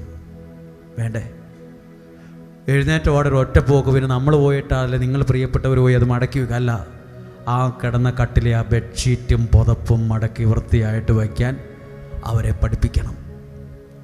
നഖം വെട്ടി വൃത്തിയായിട്ട് നടക്കാൻ പഠിപ്പിക്കണം. വസ്ത്രം തേച്ച് നല്ല വൃത്തിയായിട്ട് നടക്കാൻ. ഇതൊക്കെ നമുക്കാരും പറഞ്ഞു തന്നില്ല. അതിൻ്റെ കുറേ കുറവുകൾ നമുക്കുമുണ്ട്, അല്ല എനിക്കുണ്ട്. ഇതൊരുപാട് പ്രായമായ പിന്നെ ഇതൊക്കെ ആവശ്യമാണെന്ന് മനസ്സിലായത്. നമ്മൾ എഴുന്നേറ്റ് സാധാരണ പോലെ പോകുന്നു, കുളിച്ചാൽ കുളിച്ചു, അലക്കി തേച്ചാൽ തേച്ചു പോകും. അങ്ങനെ പറ്റില്ല. ഉള്ളത് കൊണ്ട് ഏറ്റവും മനോഹരം, നല്ല അനുഗ്രഹത്തോടെ നടക്കാൻ, ഭംഗിയായി നടക്കാൻ, വൃത്തിയായി നടക്കാൻ ഇതെല്ലാം ഒരു അനുഗ്രഹമാണോ? ഇതെല്ലാം പെരുമാറുന്നത്, വൃത്തിയായി നടക്കുന്നത്, വൃത്തിയായി മുടി ചീകുന്നത്, നല്ല ഭംഗിയുള്ള ഏറ്റവും നല്ല വസ്ത്രം ധരിക്കുന്നത്, എല്ലാ അനുഗ്രഹമാണ്. ഇതെല്ലാം വ്യക്തിത്വത്തിൻ്റെ ഭാഗമാണ്. നിങ്ങളുടെ കുഞ്ഞുങ്ങൾ ഇവിടെ പ്രാർത്ഥിക്കുന്നത് എല്ലാത്തിനും A+ കിട്ടിയ ഒരു സാക്ഷ്യമെന്ന് പറയാനല്ല, നല്ല വ്യക്തിത്വമുള്ളവരായി, പെരുമാറാൻ കഴിവുള്ളവരായി, സംസാരിക്കാൻ കഴിവുള്ളവരായി. എത്ര പാവപ്പെട്ടവനാകട്ടെ വീട്ടിൽ വന്നത്, സൈക്കിളിന് വന്ന ഒരാളാകട്ടെ, വീട്ടിൽ പണിയെടുക്കാൻ വന്ന ആളാകട്ടെ, താൻ എടോ എവിടെ നിങ്ങളൊന്നും വിളിക്കരുത്, ചേട്ടാ ഇവിടെ ഇരിക്കുക, ചേട്ടൻ ഇന്ന ജോലി ആയിരിക്കും കേട്ടോ. നമ്മുടെ മുമ്പിൽ വരുന്നവരെ ശ്രേഷ്ഠരായി കാണാൻ പിള്ളേരെ പഠിപ്പിക്കണം. അതുകൊണ്ട് അങ്ങനെ നമ്മൾ എളിമയോടെ നിന്നാൽ, ബൈബിൾ ഒരു വാക്കുണ്ട്, എളിമയുള്ളവനെ, അത് പിള്ളേരായാലും വലിയവരായാലും എളിമയുള്ളവനെ ദൈവം ഉയർത്തും. വിശ്വസിക്കുന്നോ? ഇപ്പം നിങ്ങളോട് നോക്കി, നിങ്ങളാണേലും ഓർക്കില്ലേ, ഓ ആ കൊച്ച് എന്ത് നല്ല പെരുമാറ്റവാ, ഓ അത് നല്ല വൃത്തിയായിട്ടാണല്ലോ ആ കൊച്ച് നമ്മൾ വീട്ടിൽ ചെന്നപ്പോൾ പെരുമാറി. നമ്മൾ തിരിച്ച് കാറിൽ പോകുമ്പം വീട്ടിൽ പറയുക, കണ്ടോ, ഓ ആ അവരുടെ മക്കൾ എന്നാ വൃത്തിയായിട്ടാ പെരുമാറുന്നത്, എന്നാ സംസാരവാ. നമുക്കത് നമ്മുടെ വീട്ടിൽ തിരിച്ച് നിങ്ങൾ കാറിന് പോകുമ്പോൾ നിങ്ങളുടെ വീട്ടിലെ അപ്പുറത്തെ വീട്ടിലെ ആ കുഞ്ഞിൻ്റെ ആ വ്യക്തിത്വം സംസാരിക്കും. നിങ്ങളുടെ വീട്ടിൽ വരുന്നവർ നിങ്ങളുടെ കുഞ്ഞുങ്ങളുടെ വ്യക്തിത്വത്തെ അവർ ഓർക്കണം. ദൈവം, ആ മാതാപിതാക്കൾ കൊള്ളാലോ, അവരുടെ മക്കളെ എന്ത് കാര്യമായിട്ടാണ് പെരുമാറാൻ, പ്രാർത്ഥിക്കാൻ, സംസാരിക്കാനൊക്കെ പഠിപ്പിച്ചത്. ഇതെല്ലാം ആവശ്യമാണ് ഇന്നത്തെ കാലത്ത്, ഇതെല്ലാം ആവശ്യമാണ്. ഇങ്ങനെയൊക്കെയാണ് നമുക്ക് നല്ലൊരു വ്യക്തിത്വം ഉണ്ടാകുന്നത്. നല്ലൊരു വ്യക്തിത്വം അത് നിങ്ങളുടെ കുഞ്ഞുങ്ങൾക്ക് വേണം. എങ്ങനെയായാലും വളർന്ന് പോയാൽ പോരോ, എങ്ങനെയായാലും ഒരു ജോലി മേടിച്ചു, എങ്ങനെയായാലും ഒരു കല്യാണം കഴിച്ചു, എങ്ങനെയായാലും ഒരു വീട് വെച്ചു, അങ്ങനെയല്ല, വ്യക്തിത്വമുള്ളവരാകണം. പ്രിയപ്പെട്ടവരെ, ഈ പ്രാർത്ഥന നിങ്ങളോടിങ്ങനെ പറയുന്നത് നിങ്ങളുടെ ജീവിതത്തിൽ ഇത് മറക്കാത്തൊരു അനുഗ്രഹമായിട്ട് ഇത് മാറുമെന്ന് എനിക്ക് നല്ല വിശ്വാസമുണ്ട്, നല്ലൊരു വിശ്വാസമുണ്ട്. ഒരു സ്ഥലത്ത് ഒരു പ്രോഗ്രാം നടക്കുകയാണ്, കറണ്ട് അങ്ങ് പോയി. ഉടനെ 3-4 പേർ ഓടി ജനറേറ്റർ ഓണാക്കാൻ. എന്തോ ആ സമയം ജനറേറ്റർ ഓണാകുന്നില്ല, എന്തോ കേട്. 5 മിനിറ്റ് കഴിഞ്ഞു, 10 മിനിറ്റ് കഴിഞ്ഞു, ഒന്നും നടക്കുന്നില്ല. ആൾക്കാരെല്ലാം ഇരുട്ടത്തിരിക്കുകയാണ്. ഉടനെ ആ കൂട്ടത്തിൽ ഇത് 2-3 പേര് ഫോൺ എടുത്ത് അതിൻ്റെ ടോർച്ചങ്ങ് ഓണാക്കി ഇങ്ങനെ പിടിച്ചു. പിന്നെ ആരും ഒന്നും പറഞ്ഞില്ല. കുറച്ച് നേരം കഴിഞ്ഞിട്ടും ജനറേറ്റർ സ്റ്റാർട്ടാകുന്നില്ല, കറണ്ട് വരാത്തതുകൊണ്ട് അവിടെ ഇരുന്ന് ഈ ഫോണുള്ള എല്ലാവരും ആ ടോർച്ച് ഓണാക്കി ഇങ്ങനെ അങ്ങ് ഉയർത്തിപ്പിടിച്ചുകൊണ്ടിരുന്നു. അത് കാണാൻ നല്ല ശേലായിരുന്നു. തോളോട് തോൾ ചേർന്ന് എല്ലാവരും ആ മൊബൈലിൻ്റെ ടോർച്ച് എടുത്ത് അങ്ങനെ ഉയർത്തിപ്പിടിച്ചപ്പം അവിടെ ഒരു നല്ല ഒരു ഭംഗിയുള്ള ഒരു അന്തരീക്ഷമായിന്ന് മാത്രമല്ല, ആ ഇരുട്ടങ്ങ് മാറി. ഇത്രയൊക്കെ നമ്മളും ചെയ്താൽ മതി. ബൈബിൾ പറയുന്നത് ദൈവത്തിൻ്റെ വചനം നിൻ്റെ പാദങ്ങൾക്ക് വെളിച്ചമാണ്. ആ വെളിച്ചത്തെയാ ഉയർത്തിപ്പിടിക്കണ്ടേ. അപ്പോൾ വീട്ടിലെ ഇരുട്ട് മാറും, ദേശത്തെ ഇരുട്ട് മാറും, ജീവിതവുമായി ബന്ധപ്പെട്ട ഏതിരുട്ട് മാറും. വലിയ റിസ്ക് ഒന്നും വേണ്ട. ആ ഫോണ് അത് അതിൻ്റെ മുകളിലെ സ്ക്രീനൊന്ന് വലിച്ചേച്ച് ആ ടോർച്ചൊന്ന് ഓണാക്കിയാൽ മതി. എന്നിട്ടിങ്ങനെ ഒന്ന് ഉയർത്തിപ്പിടിച്ചാൽ മതി. സത്യത്തിൽ അത് ഇന്ന് നടക്കുന്നത്. ദൈവത്തിൻ്റെ വചനം ഒരാൾ കേൾക്കുമ്പോൾ നിങ്ങളുടെ പ്രിയപ്പെട്ടവരിലേക്കും ഗ്രൂപ്പിലേക്കൊക്കെ ഈ ടോർച്ച് ഓണാക്കി ഇങ്ങനെ അയച്ചു കൊടുക്കുക. കുറേ പേര് കാണും, കുറേ പേര് കുറ്റം പറയും, കുറേ പേര് കാണത്തില്ല. പക്ഷേ അതാ നിലവിലെ ഇരുട്ട് മാറാൻ ആ ചെറിയ വെളിച്ചം കൊണ്ട് സാധിക്കുന്നുണ്ട്. ഒത്തിരി പേരുടെ മനസ്സിൻ്റെ ജീവിതത്തിൻ്റെ ഇരുട്ടിനെ ഈ വെളിച്ചത്തിലൂടെ ദൈവം മാറ്റുന്നുണ്ടെന്ന് പറഞ്ഞാൽ ഒരധിക പ്രസംഗം ആകത്തില്ലത്, ഒരു വലിയ വർത്തമാനമായി പോകത്തില്ല, യാഥാർത്ഥ്യമാണ്. അത്രയൊക്കെ നമ്മൾ ചെയ്യുവാണ്. അനുഗ്രഹിക്കപ്പെട്ടൊരു കാര്യം ഇന്ന് നിങ്ങളുടെ ശ്രദ്ധയിൽ കൊണ്ടുവരികയാണ്. വളരെ ഒരു ഉൽപ്പത്തി പുസ്തകം 28 അധ്യായം 10 മുതലുള്ള വാക്യത്തിൽ യാക്കോബിനെ ദൈവം അനുഗ്രഹിക്കുന്നുണ്ട്. ആരെയാണ് അനുഗ്രഹിക്കുന്നത്? മുമ്പേ കണ്ട വാക്യത്തിൽ കണ്ടു, യാക്കോബിൻ്റെ ഓഹരി കൊണ്ട് നിന്നെ ഞാൻ പരിപാലിക്കുമെന്ന്. ആരാണ് ഈ യാക്കോബ്? ദൈവാനുഗ്രഹം സിദ്ധിച്ചവൻ്റെ പേരാണ് യാക്കോബ്. അനുഗ്രഹമുള്ളവൻ കൂടെ നിൽക്കുമ്പോൾ പിണക്കി കളഞ്ഞേക്കല്ല്. ഇതിനു മുമ്പും പ്രസംഗിച്ചിട്ടുണ്ട്. അനുഗ്രഹമുള്ളവനെ കൂടെ കൂട്ടുന്നത് ഉപകാരമാണ്. അനുഗ്രഹമുള്ളവൻ വീട്ടിൽ വന്ന് 10 മിനിറ്റ് കഴിഞ്ഞ് ഇറങ്ങിപ്പോകുന്നത് അനുഗ്രഹമാണ്. അനുഗ്രഹമുള്ളവൻ വീടിൻ്റെ വാഹനത്തിൽ കയറി ഇരുന്ന് അരമണിക്കൂർ തൊട്ട് അവിടെ വരെ വരുന്നത് എനിക്കൊരു ബ്ലെസ്സിങ് ആണ്. അനുഗ്രഹമുള്ളവൻ എൻ്റെ ജീവിതത്തിൻ്റെ മാറ്റുകൂട്ടും. ഹല്ലേലൂയ. ഞാൻ ആ വാക്യം വായിക്കാൻ നിങ്ങൾക്കത് മനസ്സിലാകും. 28 അധ്യായം 10 മുതലുള്ള വാക്യം വായിക്കുകയാണ്. യാക്കോബ് ബെർഷബായിൽ നിന്ന് ഹാരാനിലേക്ക് പുറപ്പെട്ടു. ഈ യാക്കോബ് ബെർഷബായിൽ നിന്ന് ഹാരാനിലേക്ക് പുറപ്പെട്ടു. ഒരു സ്ഥലത്ത് നിന്ന് വേറെ സ്ഥലത്തേക്ക് ഇദ്ദേഹം യാത്ര പോയി. സൂര്യൻ അസ്തമിച്ചപ്പോൾ, സന്ധ്യയായപ്പം, സൂര്യൻ അസ്തമിച്ചപ്പം അവൻ വഴിക്കൊരിടത്ത് തങ്ങുകയും. അയ്യോ, വീടില്ലായിരുന്നോ? വാടകയ്ക്ക് എവിടെയെങ്കിലും ഒരു മുറി താമസം ഒന്നുമില്ലാത്തവനാണ് യാക്കോബ്. എവിടെയാണ് കിടന്നത്? റോഡറമ്പി കിടന്നവനാണ്. ആരാണ് യാക്കോബ്? റോഡിൻ്റെ സൈഡിൽ ഒരു വീട്ടിൽ കിടന്ന് അന്തി ഉറങ്ങിയ ആളല്ല. ഒരു റോഡിൻ്റെ സൈഡിൽ രാത്രി അവിടെ ചെലവഴിക്കുകയും ചെയ്തു. അവിടെ എഴുതിയിട്ടുണ്ട്, സൂര്യൻ അസ്തമിച്ചപ്പോൾ അവൻ വഴിക്കൊരിടത്ത്. വഴി കിടന്നവനാണ്, വഴി കിടന്നവൻ. എവിടെ എത്തിയെന്ന് ഞാൻ പിന്നെ പറയാം. ബൈബിൾ ഒരു ഭാഗം എഴുതിയിട്ടുണ്ട്, യാക്കോബിൻ്റെ സമ്പത്തെന്ന്. ഒന്നുമില്ലാത്തവനെ എല്ലാം ഉള്ളവനാക്കി മാറ്റിയ ഒരു അനുഗ്രഹമുണ്ട്. ഇവിടെ ഇരിക്കുന്ന ചിലർ ഒന്നുമില്ലാത്തവനെ എല്ലാം ഉള്ളവനാക്കി മാറ്റുന്നൊരു ദൈവം ഉണ്ടെന്ന് വിശ്വസിച്ച് എല്ലാം ഉള്ളവനാക്കും. ഇപ്പൊ എവിടെ കിടന്നതൊക്കെ? വഴിയിൽ കിടന്നവൻ. എന്നിട്ടോ രാത്രി അവിടെ ചെലവഴിക്കുകയും. രാത്രി വഴി കിടന്നു. പിന്നെയോ ഒരു കല്ലെടുത്ത് തലയ്ക്ക് കീഴേ വെച്ച് അവൻ ഉറങ്ങാൻ കിടന്നു. ഇന്ന് പോലും ഒരു തലവണയ്ക്ക് 100 രൂപ കൊടുത്ത ഒരു തലവണ, 200 രൂപ കൊടുത്ത നല്ല തലയണ കിട്ടും. യാക്കോബിനൊരു തലയണ വെക്കാൻ ബാഗിൽ ഒരു തലയണ പോലും ഇല്ല. തലയണയായി വച്ചതൊരു കല്ലാണ്. ഒരു കല്ലെ തലയം വെച്ച് രാത്രി വഴിയുടെ സൈഡിൽ കിടന്നവനാണ് യാക്കോബ്. നോക്ക്, ഒരു കല്ലെടുത്ത് അവൻ തലയ്ക്ക് കീഴേ വെച്ച് ഉറങ്ങാൻ കിടന്നു. അവൻ അവിടെ കിടന്നു. അങ്ങനെ കിടന്നപ്പോൾ അവനൊരു ദർശനമുണ്ടായി.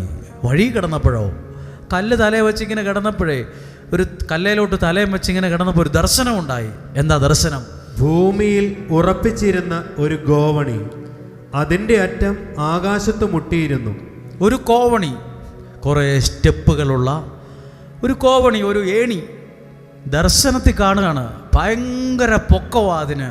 ഭൂമിയിൽ അതിനെ ഉറപ്പിച്ച് വച്ചിട്ടുണ്ട്. അതിൻ്റെ ചോട് ഇവിടെ ഇരിപ്പുണ്ട്. അതിൻ്റെ മറ്റേ അറ്റം ആകാശത്തോളം എണ്ണിയാൽ തീരാത്ത പടികളുള്ള, ചവിട്ടുപടികളുള്ള ഒരു വലിയ കോവണി യാക്കോബ് ദർശനത്തിൽ കണ്ടു. എന്തെങ്കിലുമൊക്കെ നിങ്ങളെ ദൈവം കാണിച്ചിട്ടുണ്ടെങ്കിൽ അത് യാഥാർത്ഥ്യമാകും. എന്തെങ്കിലുമൊക്കെ ദൈവം നമ്മളെ ചിലതൊക്കെ നമുക്ക് കാണിച്ചു തരും. ദൈവം നമുക്ക് കാണിച്ചു തരുന്നത് അനുഗ്രഹത്തിനാണ്. നിങ്ങൾ ചിലപ്പോൾ കൗൺസിലിങ്ങിന് പോയി കൗൺസിലർ ചിലപ്പോൾ പറയും, ഇങ്ങനെ ഒരു കാര്യം നിങ്ങൾക്ക് വേണ്ടി പ്രാർത്ഥിക്കുമ്പോൾ കാണുന്നുണ്ടല്ലോ. അപ്പോൾ നമ്മൾ പറയില്ലേ, ഇതേ എന്നാ കാണുന്നത് പറയുന്നത് ചുമ്മാ മനുഷ്യനെ പറ്റിക്കുന്ന കാര്യം അല്ല. നിനക്ക് വേണ്ടി പ്രാർത്ഥിച്ചപ്പോഴാണോ അവിടെ ഇരിക്കുന്ന ഒരാൾക്കത് കാണാനിടയായത്, അതെന്തോ ഒരൈശ്വര്യത്തിനും ഉയർച്ചയ്ക്കുമാണ് അത് ദൈവം കാണിച്ചത്. എനിക്കങ്ങനെ അനുഭവം ഉണ്ടായിട്ടുണ്ട്. ഞാൻ വളരെ വളരെ പ്രതിസന്ധിയിലായ സമയത്ത് ഒരു ധ്യാനത്തിനൊക്കെ പോയപ്പം, കൗൺസിലറിൻ്റെ അടുത്ത് കൗൺസിലിങ്ങിന് പോയപ്പം എൻ്റെ തലയിൽ കൈവച്ച് അദ്ദേഹം പറഞ്ഞൊരു കാര്യമുണ്ട്. എന്നോട് പറഞ്ഞൊരു വാക്കുണ്ട്, നിന്നെ ദൈവം ഒരു ഉയർന്ന പാറമേൽ കയറ്റി നിർത്തും കേട്ടോന്ന്. എനിക്ക് അന്നേരം ചിരി വന്നു. എനിക്ക് അതൊന്നും അങ്ങനെ പെട്ടെന്ന് വിശ്വസിക്കാൻ കഴിഞ്ഞില്ല. എന്നെയോ എന്ന് ഞാൻ ചിന്തിച്ചു. പാറയിൽ എന്തിനാ എന്നെ കയറ്റി നിർത്തുന്നതെന്ന് ഞാൻ ചിന്തിച്ചു. പക്ഷെ ഇന്ന് ഈ നാളുകളിൽ ദൈവത്തിൻ്റെ വചനവുമായി ഈ ദേശത്തിങ്ങനെ ജീവിക്കുമ്പം, ഞാൻ വലിയ പുള്ളിയൊന്നും അല്ലേലും ആരുമല്ല ഏതുമല്ല ഒന്നുമല്ല, എന്നാലും എനിക്കറിയാം അന്ന് ഏതോ ഒരു മനുഷ്യൻ അന്ന് പറഞ്ഞൊരു കാര്യമുണ്ട്, നിന്നെ ദൈവം ഒരു ഉയർന്ന പാറ കയറ്റി നിർത്തുമെന്ന് പറയും. ഇന്ന് എനിക്കത് മനസ്സിലാവും. അന്ന് എനിക്കിതൊരു തമാശയായിട്ട് തോന്നി. ഇദ്ദേഹം എന്ത് കാര്യം ഈ പറയുന്നത്, എന്നെ എന്തിനാ പാറ കയറ്റി നിർത്തുന്നത്? ഒരു ഉയർന്ന പാറമേൽ നിന്നെ കയറ്റി നിർത്തും. ദർശനം അതൊരനുഗ്രഹമാണ്. ചില കാര്യങ്ങളെ ദൈവം കാണിക്കുന്നത് അത് നിനക്കൊരു അനുഗ്രഹമാകാനാണ്. ചില വചനങ്ങളെ കേൾപ്പിക്കുന്നത് ഒരു വിടുതലിനാണ്, ഒരു സൗഖ്യത്തിനാണ്, ഒരു അനുഗ്രഹത്തിനാണ്. ദർശനം കണ്ടു ഒരു വലിയ കോവണി. ദൈവദൂതന്മാർ അതിലൂടെ കയറുകയും ഇറങ്ങുകയും ദൈവദൂതന്മാർ കയറുകയും ഇറങ്ങുകയും ചെയ്തുകൊണ്ടേയിരിക്കുന്നു. ഇത് സ്വപ്നമാണ്. ദർശനം കണ്ടു. ഇനി 13-ാമത്തെ വാക്യം ശ്രദ്ധിക്കുവാണ്. ആ വാക്യത്തിൽ എത്തിക്കാൻ വേണ്ടിയിട്ടാണ് ഇതിപ്പോൾ നിങ്ങളോട് പ്രസംഗിച്ചത്. 13-ാമത്തെ വാക്യം, കോവണിയുടെ മുകളിൽ, ആ ഏറ്റവും മുകളിൽ നിന്ന് കർത്താവ് അരുൾ ചെയ്തു. കർത്താവ് അവനെ അനുഗ്രഹിക്കുന്നത് ദർശനത്തിൽ കാണുക. ഒരു കോവണിയുടെ മുകളിൽ നിന്ന് ദൈവം വഴി കിടക്കുന്ന റോഡിൻ്റെ സൈഡിൽ ഒരു കല്ലിൽ തലയണയായി വെച്ച് അവിടെ കിടന്നുറങ്ങുന്ന യാക്കോബിനെ ദൈവം അവിടെ വെച്ച് ദർശനത്തിൽ അനുഗ്രഹിക്കുകയാണ്. അനുഗ്രഹിക്കുന്ന ഇതാണ്, കർത്താവ് അരുളി ചെയ്യുന്നു, ഞാൻ നിന്റെ പിതാവായ അബ്രാഹത്തിന്റെയും ഇസഹാക്കിന്റെയും ദൈവമായ. അടുത്ത വാക്യം ഒരു അനുഗ്രഹമാണ് കേട്ടോ. നീ കിടക്കുന്ന ഈ മണ്ണ് നിനക്കും നിന്റെ സന്തതികൾക്കും ഞാൻ നൽകും. ഇപ്പം നിനക്കൊന്നുമില്ലായിരിക്കും, ഇപ്പം നീ ഒന്നുമില്ലാതെ റോഡറമ്പി കിടക്കുന്ന നിലയിലാണെങ്കിലും നിന്നെ ദൈവം ഈ മണ്ണും ഈ സ്ഥലവും നിനക്കും നിന്റെ മക്കൾക്കും നൽകി നിന്നെ ഞാൻ അനുഗ്രഹിക്കും. ഒരു അനുഗ്രഹം കിട്ടുവാണ് അവിടെ നിന്ന്. അനുഗ്രഹം കിട്ടിയവർക്ക് ഒരു അനുഗ്രഹമാകാൻ പറ്റത്തുള്ളൂ. ഹല്ലേലൂയ. അനുഗ്രഹിച്ചു. അടുത്തത്, നിന്റെ സന്തതികൾ ഭൂമിയിലെ പൂഴി പോലെ എണ്ണമറ്റവർ. നിന്റെ മക്കൾ നിനക്കൊരു അനുഗ്രഹമായിരിക്കും. പിന്നെയോ കിഴക്കോട്ടും പടിഞ്ഞാറോട്ടും തെക്കോട്ടും വടക്കോട്ടും നിങ്ങൾ വ്യാപിക്കും. നിങ്ങൾ പടർന്ന് ഒരു മരം പോലെ പന്തലിക്കും. അപ്പോൾ യാക്കോബ് പറഞ്ഞില്ല, എൻ്റെ ദൈവം 5 സെന്റ് ഭൂമി പോലും ഇല്ല, കിടക്കാനൊരു വാടക വീട് പോലും ഇല്ല, ഞാൻ കിടക്കുന്ന റോഡിൻ്റെ സൈഡിലാണ്, കിടക്കാനൊരു കട്ടിലോ ഒരു 100 രൂപയുടെ തലയണ പോലും ഇല്ലാത്തവനാണോ ഇവിടെ മുഴുവൻ വ്യാപിക്കുമെന്ന് പറഞ്ഞാൽ ചിരി വരത്തില്ലേ? യാക്കോബിനോട് പറയുക, നീ ഇടത്തോട്ടും വലത്തോട്ടും തെക്കോട്ടും വടക്കോട്ടും നീ വ്യാപിക്കും, അനുഗ്രഹമായിട്ട് മാറും. തീർന്നില്ല, വീണ്ടും നിന്നിലൂടെയും നിന്റെ സന്തതികളിലൂടെയും ഭൂമിയിലെ ഗോത്രങ്ങളെല്ലാം അനുഗ്രഹിക്കപ്പെടും. ഇത് ദർശനത്തിൽ യാക്കോബിന് കിട്ടിയത് ദൈവത്തിൽ നിന്നുള്ള അനുഗ്രഹമാണ്. ഇപ്പോൾ ആരെയാ ഈ അനുഗ്രഹം കിട്ടിയത്? ആർക്കാണ്? യാക്കോബിനാണ്. ഹല്ലേലൂയ. എല്ലാവരും ശ്രദ്ധിച്ചോ, ഈ യാക്കോബിൻ്റെ ജീവിതം ശ്രദ്ധിച്ചോണം. 30-ാം അധ്യായം 25-ാമത്തെ 26-ാമത്തെ വാക്യം തൊട്ട് ഒരു വാക്യം, ഈ അനുഗ്രഹം കിട്ടിയവൻ വേറൊരിടത്ത് ചെന്നപ്പം വലിയൊരു അനുഗ്രഹമായിട്ട് മാറി. ആമേൻ. ശ്രദ്ധിച്ചോ, ആ വാക്യം വായിക്കുകയാണ്. യാക്കോബ് അമ്മായിയപ്പനായ ലാബാനോട് പറഞ്ഞു, എൻ്റെ സമ്പത്തെല്ലാം തന്നേക്ക്, ഞാൻ പോവാന്ന്. 26-ാമത്തെ വാക്യം വായിക്കാം. ഭാര്യമാരെയും യാക്കോബ് മുതലാളിയായ അല്ലെങ്കിൽ അമ്മായിയപ്പനായ ലാബാനോട് പറഞ്ഞു, എൻ്റെ ഭാര്യമാരെയും മക്കളെയും എനിക്ക് തരിക. എൻ്റെ മക്കളെയും ഭാര്യയൊക്കെ ഇങ്ങ് വിട്ടു തന്നേരം, ഞാൻ പോവാന്ന് പറഞ്ഞു. ആരോട് പറഞ്ഞു? ലാബാനോട് പറഞ്ഞു. അവർക്ക് വേണ്ടിയാണ് ഞാൻ അങ്ങയെ സേവിച്ചത്, അവർക്ക് വേണ്ടിയാണ് ഞാൻ ഈ അധ്വാനിച്ചത്. ഇനി ഞാൻ പോകട്ടെ, ഞാൻ ചെയ്ത സേവനം അങ്ങേക്ക് അറിയാമല്ലോ. ഇനി 27-ാമത്തെ വാക്യം എല്ലാവരും വായിക്കുന്നതിന് മുമ്പ് ശ്രദ്ധിച്ച്, അനുഗ്രഹം കിട്ടിയ യാക്കോബിനോട് അമ്മായിയപ്പനായ അന്നത്തെ മുതലാളിയായ ലാബാൻ പറയുവാണ്. ആ വാക്യം കേട്ടോ. ലാബാൻ മറുപടി പറഞ്ഞു, അയ്യോ യാക്കോബെ, നീ പോവാണെ അങ്ങ് പൊക്കോ, നിന്റെ ഭാര്യയും പിള്ളേരെയും വിളിച്ചോണ്ട് അങ്ങ് പൊക്കോ കേട്ടോ. എന്നാൽ അടുത്ത തിങ്കളാഴ്ചത്തോടെ കണക്ക് കൂട്ടി പൊക്കോളാനല്ല പറഞ്ഞേ, പോകണ്ടെന്ന് പറഞ്ഞു. യാക്കോബിനോട് പറഞ്ഞു, നിനക്ക് എന്നോട് താല്പര്യമുണ്ടെങ്കിൽ നീ പോകരുത്, നീ ദയവ് ചെയ്ത് ഇവിടുന്ന് പോവല്ലെന്ന് പറഞ്ഞു. ഇങ്ങനെ ഒരാൾ നമ്മുടെ വീട്ടിൽ ഒരാൾ അങ്ങനെ നിൽക്കുന്നുണ്ട്, നിനക്ക് പോവാണേ പൊക്കോ, നീ പോയാൽ എനിക്കൊരു ചുക്കും ഇല്ല എന്ന് നമ്മൾ പറയും. നീ പോകണേ പൊക്കോ, അങ്ങനെ ചാടിത്തുള്ളി പോകാന്നൊക്കെ പോട്ടെ, തുമ്മിയാ പോകുന്ന മൂക്ക് പോട്ടെ എന്ന് പറയും. അപ്പം ലാബാൻ പറയുക, ദയവ് ചെയ്ത് യാക്കോബേ നീ പോകല്ല്. അപ്പൊ എന്നാ കാരണം? നീ മൂലമാണ് കർത്താവ് എന്നെ അനുഗ്രഹിച്ചത്. ആ വാക്യം ഒന്ന് എല്ലാവരും ഉറക്കെ വായിച്ചേ. നീ കാരണമാണ് കർത്താവ് സ്വർഗത്തിലെ ദൈവം എന്നെ അനുഗ്രഹിച്ചത്. ഇത് ആർക്ക് നല്ല ബോധ്യമുണ്ട്? ലാബാൻ പറയുക, ദയവ് ചെയ്ത് യാക്കോബേ നീ പോകല്ല്, നീ കാരണം ദൈവം എന്നെ അനുഗ്രഹിച്ചിട്ടുണ്ട്. ആമേൻ. നിങ്ങൾ കാരണം നിങ്ങളുടെ വീട് ഒരു അനുഗ്രഹമാകാൻ ഇടയാവും. ഹല്ലേലൂയ. നിങ്ങളുടെ മക്കൾ കാരണം നിങ്ങളുടെ വീട് അനുഗ്രഹിക്കാൻ ഇടവരും. ഇങ്ങനെ ആൾക്കാർ പറയുന്നത് ഞാൻ ഇന്നും കേട്ടിട്ടുണ്ട്. ഒരാളുടെ വേറൊരു അപ്പനോട് ഒരാളോട് പറയുവാണ്, അദ്ദേഹത്തിൻ്റെ മൂത്ത മകൻ കാരണമാണ് ആ വീട് രക്ഷപ്പെട്ടതെന്ന്. ആ മകൾ ഇന്ന രാജ്യത്ത് പോയോണ്ടാണ് ഇന്ന് അവർ ആ വീട് വച്ചത്. ഒരാൾ അനുഗ്രഹത്തോടെ നിന്നാൽ ആ അനുഗ്രഹം അവർക്കും കൂടി ഒരു അനുഗ്രഹമായിട്ട് മാറും. അനുഗ്രഹമുള്ള യാക്കോബ് വലിയൊരു അനുഗ്രഹമായി ഒരു സ്ഥലത്ത് മാറി. ആ വാക്യം ഒന്ന് ഉറക്കെ വായിച്ചേ. ലാബാൻ പറയുവാണ്, ലാബാൻ പറഞ്ഞു, നീ പോകരുത്. വേറൊരു കാര്യം എല്ലാവരും ശ്രദ്ധിച്ചോ, അനുഗ്രഹമുള്ളവനെ കളഞ്ഞേക്കല്ല്. അനുഗ്രഹമുള്ള ഒരു കാര്യം കളയരുത്. കയ്യിൽ കിടക്കുന്ന ഒരു മോതിരം, ഒരു വള അല്ലെങ്കിൽ ഒരു മോതിരം, ഒരു ദേഷ്യത്തിന് വേണേ എടുത്ത് ഒറ്റ ഏറെറിയാം, 5 മിനിറ്റ് കൊണ്ട് തീരും. 5 വർഷം വരുന്ന ഇത് ചിലപ്പോൾ അന്വേഷിച്ച് കിട്ടിയല്ല. എവിടെയാണാവോ ആ ദേഷ്യത്തിന് ഒറ്റ ഏറെറിഞ്ഞു, ഇത് എവിടെയാന്ന് തപ്പിക്കണ്ട്. നിങ്ങൾക്ക് ലഭിച്ച ദൈവാനുഗ്രഹം കളയല്ല്. അതിലൂടെ ആയിരിക്കും നാളുകളിൽ നിങ്ങളുടെ പേരും പ്രശസ്തിയും സാമ്പത്തികവും എല്ലാം അനുഗ്രഹിക്കപ്പെടാൻ ഇടയാകുന്നത്. ഈ വചനം കേട്ടോണ്ടിരിക്കുന്ന നിങ്ങളോട് പറയട്ടെ, നിങ്ങളിലൂടെ നിങ്ങളുടെ വീട് അനുഗ്രഹിക്കപ്പെട്ടുവെന്ന് നിങ്ങളുടെ ചെവി തന്നെ കേൾക്കാനിടയാവും. അങ്ങനെ ഒരു ഭാഗ്യമില്ല. ഇപ്പൊ യാക്കോബ് കേൾക്കുക, ലാബാൻ പറയുക, ദയവ് ചെയ്ത് യാക്കോബെ പോവല്ല്, നീ കാരണമാ ദൈവം എന്നെ അനുഗ്രഹിച്ചത്. നിങ്ങൾ ഇവിടെ ഇട്ടിരിക്കും ഓരോരുത്തരും നിങ്ങളുടെ കുഞ്ഞുങ്ങളുടെ പേരെഴുതി വെച്ചിട്ടില്ലേ താഴത്തെ ചാപ്പലിലും ഇവിടെയൊക്കെ? ആ കുഞ്ഞുങ്ങളിലൂടെ നിങ്ങളുടെ വീട്, മാതാപിതാക്കൾ എല്ലാം അനുഗ്രഹിക്കപ്പെടണം. നീ മൂലമാണ് ദൈവം എന്നെ അനുഗ്രഹിച്ചത്. നമ്മളൊരു അനുഗ്രഹമായിട്ട് മാറണം, ഒരു അനുഗ്രഹമായിട്ട് മാറണം. അങ്ങനെയെങ്കിൽ ഇത്രയും കാര്യങ്ങളെ വെച്ച് ഒരു നിമിഷം ഒന്ന് പ്രാർത്ഥിക്കാൻ പോവുക. ഇത് കേട്ടോണ്ടിരുന്നാൽ ഒരു പക്ഷേ ഇത് കേട്ട് ചിലപ്പോൾ മറന്നു പോകാൻ സാധ്യതയുണ്ട്. ഇവിടെ പ്രാർത്ഥിക്കുന്ന ചില വിഷയങ്ങൾക്ക് വേണ്ടിയാണ് പ്രാർത്ഥിക്കുന്നത്. അത് നിങ്ങളിലൂടെ അത് അനുഗ്രഹമായിട്ട് വരണം. നിങ്ങളുടെ കുഞ്ഞുങ്ങൾക്ക് വേണ്ടി കണ്ണുനീരോടെ പ്രാർത്ഥിക്കുന്നുണ്ട്. പ്രാർത്ഥിക്കുന്ന ആ അമ്മയിലൂടെ ആ വീട് അനുഗ്രഹിക്കപ്പെടും.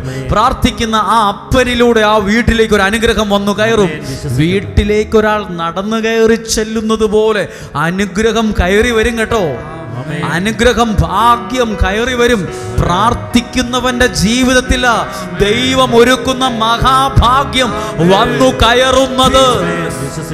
ദൈവം ഒരുക്കുന്ന ഭാഗ്യം എവിടെയാലും ചെന്ന് കയറത്തില്ല. പ്രാർത്ഥിക്കുന്ന പ്രാർത്ഥിക്കുന്ന, വചനം കേൾക്കുന്ന, അതിനുവേണ്ടി വില കൊടുത്ത, അതിനുവേണ്ടി രാവിലെ എഴുന്നേറ്റ്, അതിനുവേണ്ടി വാഹനത്തിൽ കയറി യാത്ര പുറപ്പെട്ട്, തണുപ്പാണോ ചൂടാണോ മഞ്ഞാണോ നോക്കാതെ എല്ലാം വളരെ വേഗത്തിൽ ത്യാഗത്തോടെ വന്ന് പ്രാർത്ഥിക്കുന്ന പ്രിയപ്പെട്ടവർ ഓരോരുത്തരും കേട്ട്, നിങ്ങളിലൂടെ ചില അനുഗ്രഹങ്ങൾ ദൈവം ഒരുക്കുന്ന ഭാഗ്യം കയറി വരുന്നത്. ഒരു നിമിഷം എല്ലാവരും ഒന്ന് എഴുന്നേറ്റ് നിൽക്കാമോ? ഇത്രയും പറഞ്ഞിട്ടൊന്ന് പ്രാർത്ഥിക്കട്ടെ. ഈ കാര്യങ്ങളെ വെച്ചൊന്ന് പ്രാർത്ഥിക്കാതെ പോയാൽ ചിലപ്പോൾ ശരിയാകാതെ പോവും. നിങ്ങൾക്ക് ക്ഷീണമുള്ളവർക്കൊക്കെ ഇരിക്കാം, എങ്കിലും പറ്റുന്നവരൊക്കെ ഒന്ന് എഴുന്നേറ്റ് നിന്നേ. പ്രാർത്ഥിക്കുന്നവൻ്റെ ജീവിതത്തിലാണ് ദൈവം ഒരുക്കുന്ന ഭാഗ്യം വന്നു കയറുന്നത്. എല്ലാ കണ്ണുകളും അടച്ചേ. ഭാഗ്യം, എനിക്ക് എല്ലാ ഭാഗ്യവും വേണ്ട, ദൈവം തരുന്ന ഭാഗ്യം മതി. ചിലരെ നോക്കിയിട്ട് പറയില്ലേ, നീ ഒരു ദൈവഭാഗ്യമുള്ള കൊച്ചനാ. അതൊരു ദൈവഭാഗ്യമുള്ളൊരു പ്രവാചകനാ, ദൈവഭാഗ്യമുള്ളൊരു മനുഷ്യനാ പുള്ളി. ദൈവഭാഗ്യമുണ്ട്, ദൈവഭാഗ്യം. ഭാഗ്യം. കണ്ണുകളെ അടച്ചേ. മറിയത്തെ നോക്കിയിട്ട് സ്വർഗം പറഞ്ഞു, സ്ത്രീകളിൽ യു ആർ ബ്ലെസ്സഡ്, ഭാഗ്യമുള്ള ആളാണ്. എല്ലാവരും ഒന്ന് പ്രാർത്ഥിച്ചേ. ലാബാൻ യാക്കോബിനോട് പറയുക, യാക്കോബേ മോനെ, നീ പോവരുത്, നീ ഇവിടെ നിൽക്ക്, നീ കാരണമാ ഞാൻ അനുഗ്രഹിക്കപ്പെട്ടെ. ഇത് കേൾക്കാനൊരു ഭാഗ്യം വേണ്ടേ? ഇതിങ്ങനെ കേൾക്കുന്നത് തന്നെ ഒരു ഭാഗ്യമല്ലേ? ഇങ്ങനെ കേൾക്കാൻ ഇവിടെ പ്രാർത്ഥിക്കുന്ന ഓരോരുത്തരും സാധിക്കും. ഒരു ഭർത്താവ്, ഭാര്യ, എല്ലാവരും ഒരു പക്ഷെ ഒരു നാളിൽ കേൾക്കാൻ ഇടവരട്ടെ. ഭർത്താവിനോട് ഭാര്യ പറയാം, നിങ്ങൾ കാരണമാ എൻ്റെ ജീവിതം അനുഗ്രഹമായേ, നിങ്ങൾ കാരണമാ എൻ്റെ ജീവിതം അനുഗ്രഹം ഉണ്ടായേ. മാതാപിതാക്കൾ മക്കൾ പറയുന്നത് കേൾക്കട്ടെ. പപ്പ മമ്മി നിങ്ങളൊക്കെ പ്രാർത്ഥിച്ചോണ്ടൊക്കെ, നിങ്ങളൊക്കെ അങ്ങനെയൊക്കെ എനിക്ക് വഴക്കൊക്കെ പറഞ്ഞോണ്ടാ എനിക്കിന്ന് അനുഗ്രഹമായത്. നിങ്ങളിലൂടെ ആരൊക്കെയോ അനുഗ്രഹിക്കപ്പെടണം. ഈ പ്രാർത്ഥന വെറുതെ അല്ല, ഈ പ്രാർത്ഥന നഷ്ടമല്ല. ഞാൻ ആ നാട്ടിൽ നിന്ന് വണ്ടിക്കാശ് മുടക്കി ഇവിടെ വന്നത് വെറുതെ നഷ്ടമായെന്ന് പറയാൻ ഇടവരുകയില്ല. ഈ തണുപ്പത്ത് വീട്ടിലിരുന്നാൽ മതിയായിരുന്നു, ഈ സമയത്ത് വീട്ടിൽ എന്തേലും ജോലി ചെയ്തുകൊണ്ടിരിക്കുകയായിരുന്നു. പ്രിയപ്പെട്ടവരെ, നമ്മൾ ആദ്യം കേട്ട വചനം ഒന്ന് ഓർത്ത്. യെശയ്യാ പ്രവാചകൻ പറഞ്ഞില്ലേ, ദൈവത്തിനും ദൈവവചനത്തിനും വില കൽപ്പിച്ചാൽ രാജ്യത്തിൻ്റെ ലോകത്തിൻ്റെ ഉന്നത സ്ഥാനങ്ങളിലൂടെ നിന്നെ ഞാൻ ആകാശത്തിലൂടെ യാത്ര ചെയ്യിപ്പിക്കുമെന്ന്. അപ്പോൾ ഇത് യാക്കോബിന്റെ ഓഹരി കൊണ്ട് നിന്നെ പരിപാലിക്കുമെന്ന് ഇതാ വീണ്ടും എഴുതിയിട്ടുണ്ട്. യാക്കോബിനോട് ലാബാൻ പറയുക, യാക്കോബേ മോനെ നീ പോവല്ല്. അപ്പോൾ യാക്കോബ് ചോദിച്ചു, എന്താണ് ഞാൻ പോയാൽ? അല്ല, നിന്നിലൂടെയാണ് ഞാൻ അനുഗ്രഹിക്കപ്പെട്ടത്. എല്ലാവരും ആ കരങ്ങളെ ഹൃദയത്തോട് ചേർത്ത് വെച്ച് ഇവിടെ ഇരിക്കുന്ന അപ്പച്ചന്മാർ, അമ്മമാർ, യുവതി യുവാക്കൾ, കുഞ്ഞുങ്ങൾ കേട്ട്, നിങ്ങൾ പ്രാർത്ഥിക്കുമ്പോൾ ഇഷ്ടത്തോടെയോ ഇഷ്ടത്തോടെ അല്ലാതെയോ ഇതെങ്ങനെയും തീർന്നു കിട്ടിയാൽ മതിയായിരുന്നു ഒക്കെ ആലോചിച്ചുകൊണ്ടായിരിക്കും ഇരിക്കുന്നത്. എങ്ങനെയും ആകട്ടെ, നിങ്ങളൊരു അനുഗ്രഹമാവുകയാണ്. നിങ്ങളുടെ വിദ്യാഭ്യാസം നിങ്ങൾക്ക് അനുഗ്രഹമാവുകയാണ്. നിങ്ങളുടെ പ്രവൃത്തികൾ നിങ്ങൾക്ക് അനുഗ്രഹമാവുകയാണ്. ഇതൊരു അനുഗ്രഹമാകണം. യാക്കോബിനോട് ലാബാൻ പറഞ്ഞതുപോലെ നമ്മളും കേൾക്കാൻ ഇടയാകട്ടെ. മോനെ നീ ഒരു അനുഗ്രഹമാകട്ടോ, മോളെ നീ ഒരു അനുഗ്രഹമാകട്ടോ, സഹോദരി നീ ഒരു അനുഗ്രഹമാകട്ടോ. നിന്നിലൂടെയാ ഈ ദാരിദ്ര്യം മാറിയത്, നിന്നിലൂടെയാ ഈ വീടിന്റെ പ്രശ്നങ്ങൾ മാറിയത്. നീ ഒരു അനുഗ്രഹമാ. പ്രിയപ്പെട്ടവരെ ശ്രദ്ധിച്ചേ, അനുഗ്രഹമുള്ളൊരു കാര്യം ഒരു വ്യക്തി ജീവിതത്തിലുണ്ടെങ്കിൽ പിണക്കിക്കളഞ്ഞല്ലേ, അയാളെ വീട്ടിൽ നിന്ന് ഇറക്കി വിട്ടേക്കല്ലെന്ന്. ആ വ്യക്തിയിലൂടെ നിങ്ങൾ അനുഗ്രഹിക്കപ്പെടും.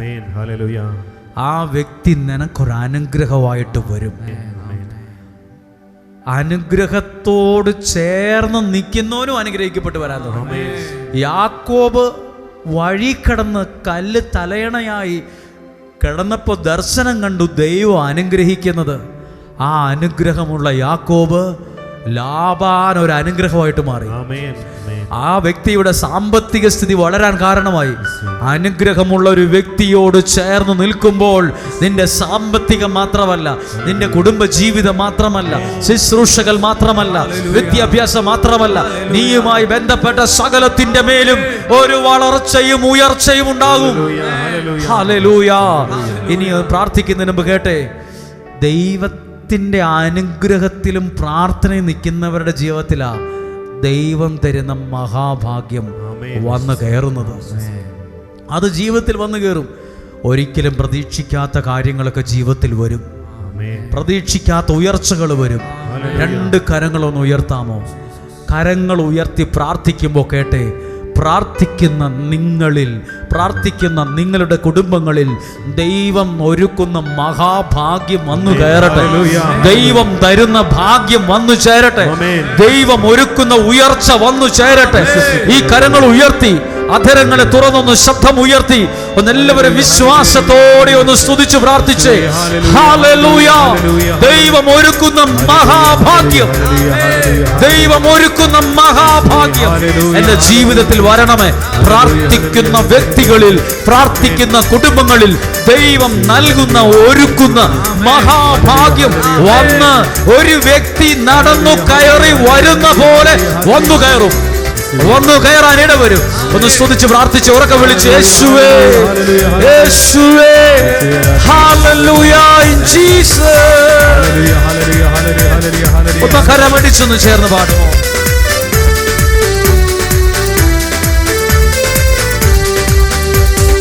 അനുഗ്രഹത്തിൻ അധിപതിയെ, അനന്തകുമാ പേരും നദിയെ, ചേർന്ന് അനുഗ്രഹത്തിൻ അധിപതിയെ, അനന്തകൃപാ പേരും നദിയെ, അനുദിനം നിൻ പാദഗതിയെ, അണിയനു നിൻ കൃപമതിയെ, അനുദിനം നിൻ പാദഗതിയെ, അണിയനു നിൻ കൃപ. ചേർന്ന് ശബ്ദം ഉയർത്തി പാടുമോ?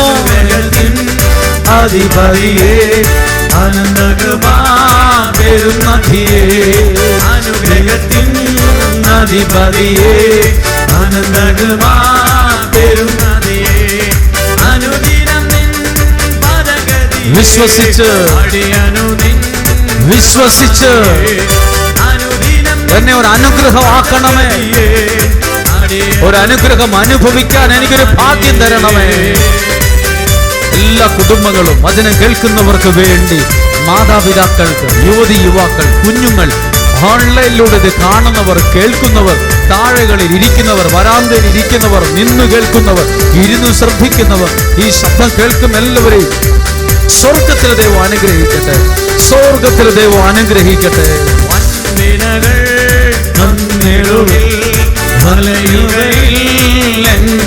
ചേർന്ന് പാടുമോ? വലയുകയിൽ ഹൃദയം വല്ലഭനീ എന്ന ഭയം വന്നിടുമോ പിന്നെ ഭയം? വല്ലഭനീ എന്ന ഭയം വന്നിടുമോ? അതുകൊണ്ട് അനുഗ്രഹത്തിൻ അധിപതിയെ, അനന്തകൃപാ പേരും നദിയെ, ചേർന്ന് പാടി അനുഗ്രഹത്തിൻ അധിപതിയെ, അനന്തകൃപാ പേരും നദിയെ. ഒന്ന് ചേർന്ന് ഒരിക്കൽ കൂടി സ്തുതിച്ച് പ്രാർത്ഥിച്ച് ഹല്ലേലൂയ. എല്ലാ അധരങ്ങളും തുറന്ന വിശ്വാസത്തോടെ പ്രാർത്ഥിക്കുമ്പോൾ എന്നെ ഒരു അനുഗ്രഹമാക്കണം, എന്നെ ഒരു അനുഗ്രഹമാക്കണമേ, എന്നെ ഒരു അനുഗ്രഹമാക്കണമേ, എന്നെ ഒരു അനുഗ്രഹമാക്കണമേ.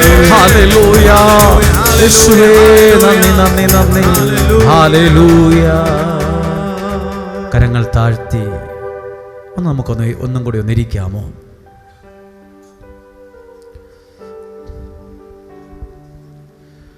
പ്രിയപ്പെട്ടവരെല്ലാവരും ശ്രദ്ധിച്ചേ.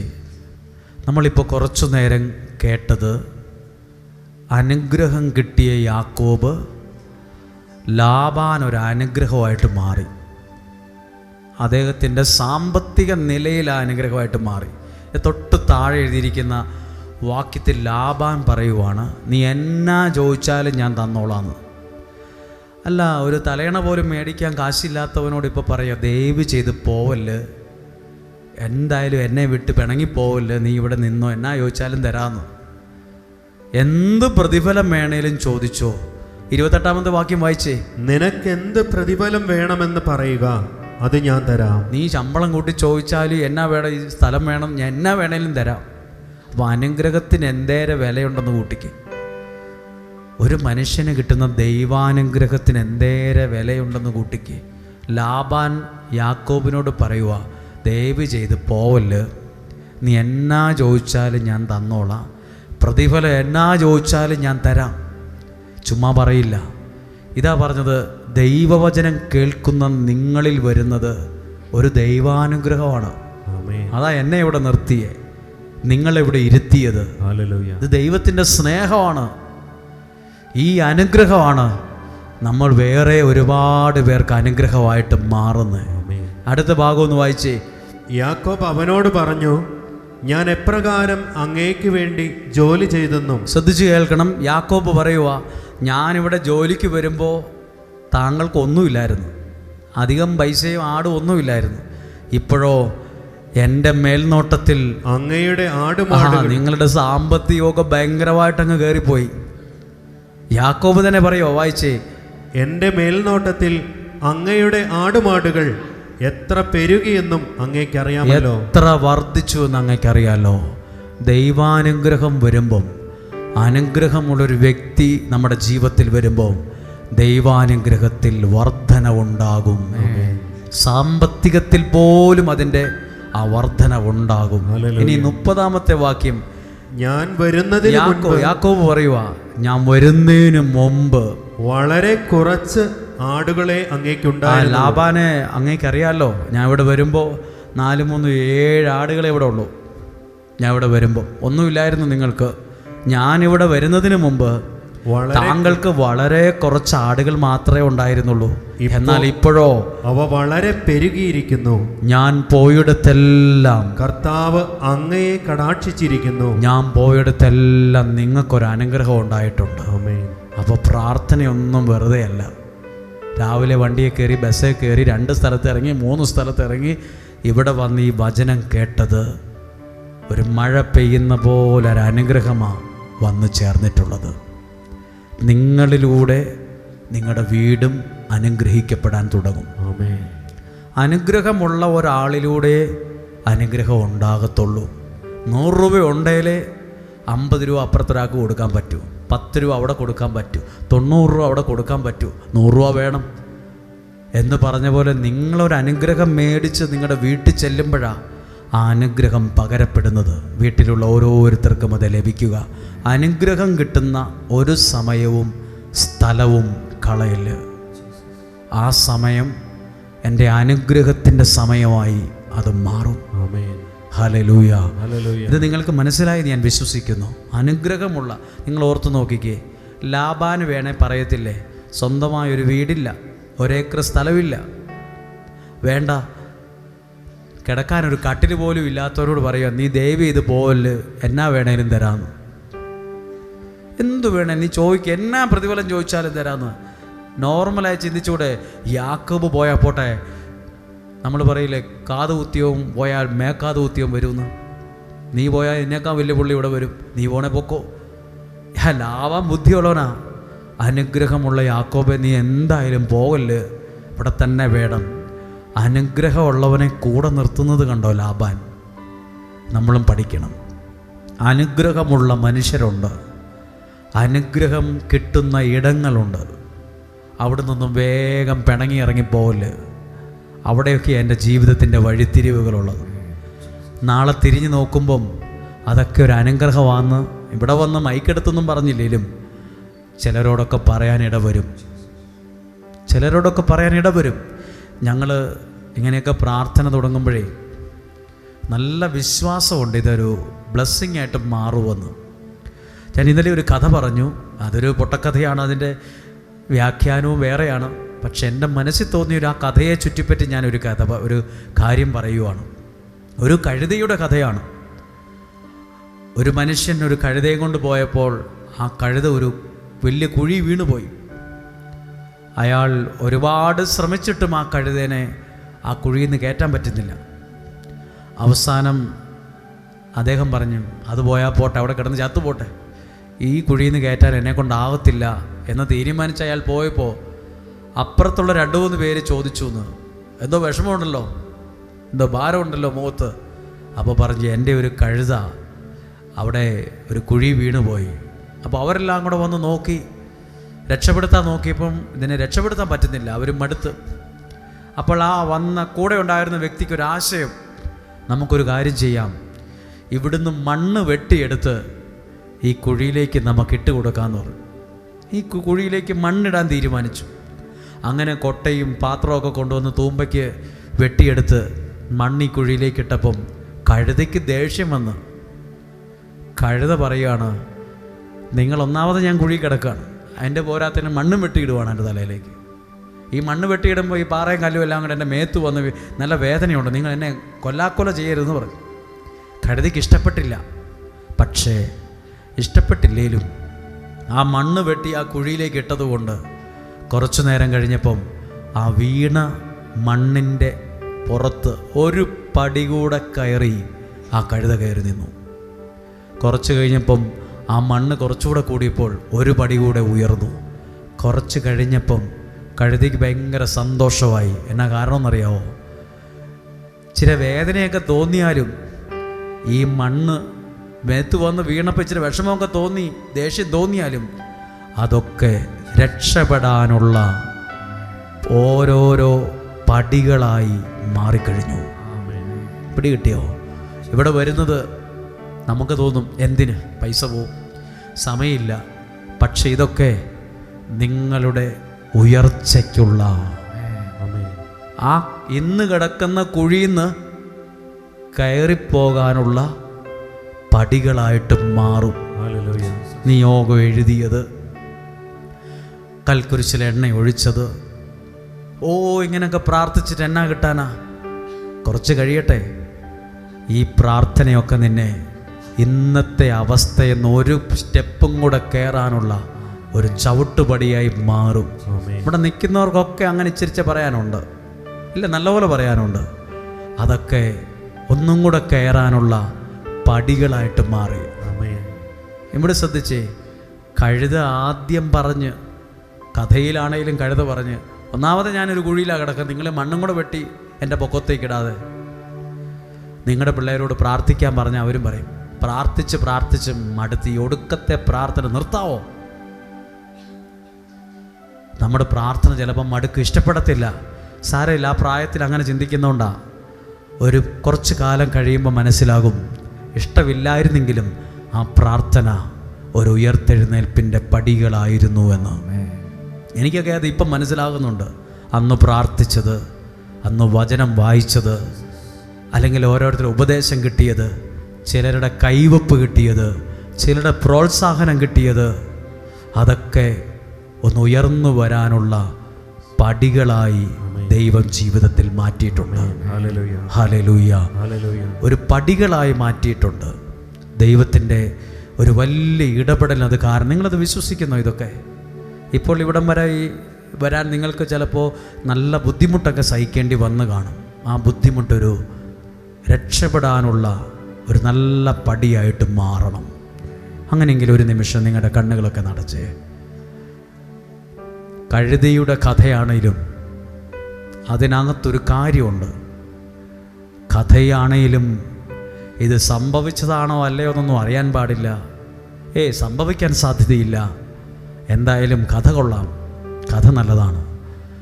നമ്മുടെ ജീവിതം അങ്ങനെയാണ്. ഇന്ന് കിടക്കുന്നത് ഒരു വലിയ കുഴിയിലാണ്. മണ്ണ് വെട്ടി ഇടുന്ന പോലെ നമുക്ക് വേദനയുള്ള പലതും ജീവിതത്തിൽ നിന്ന് സംഭവിക്കുന്നുണ്ട്. ചിലരെ വാക്കുകൊണ്ട് പ്രവൃത്തി കൊണ്ട് ഒക്കെ വേദനിപ്പിക്കുന്നവരുണ്ട്. കഴുത പറഞ്ഞ പോലെ, നിങ്ങൾ ആ മണ്ണും ഇങ്ങോട്ടിടുമ്പോൾ എൻ്റെ മേത്തോട്ട് വീണ് എൻ്റെ ശരീരം വേദനിക്കുന്നുണ്ട് കേട്ടോ. ഇതുപോലെ ചില വാക്കുകൾ നമ്മളോട് പറഞ്ഞ് നമ്മളെ വേദനിപ്പിക്കുന്നുണ്ട്. ചിലതൊക്കെ നമ്മളെ വല്ലാതെ വിഷമിപ്പിക്കുന്നുണ്ട്, വാടിപ്പോകുന്നുണ്ട്.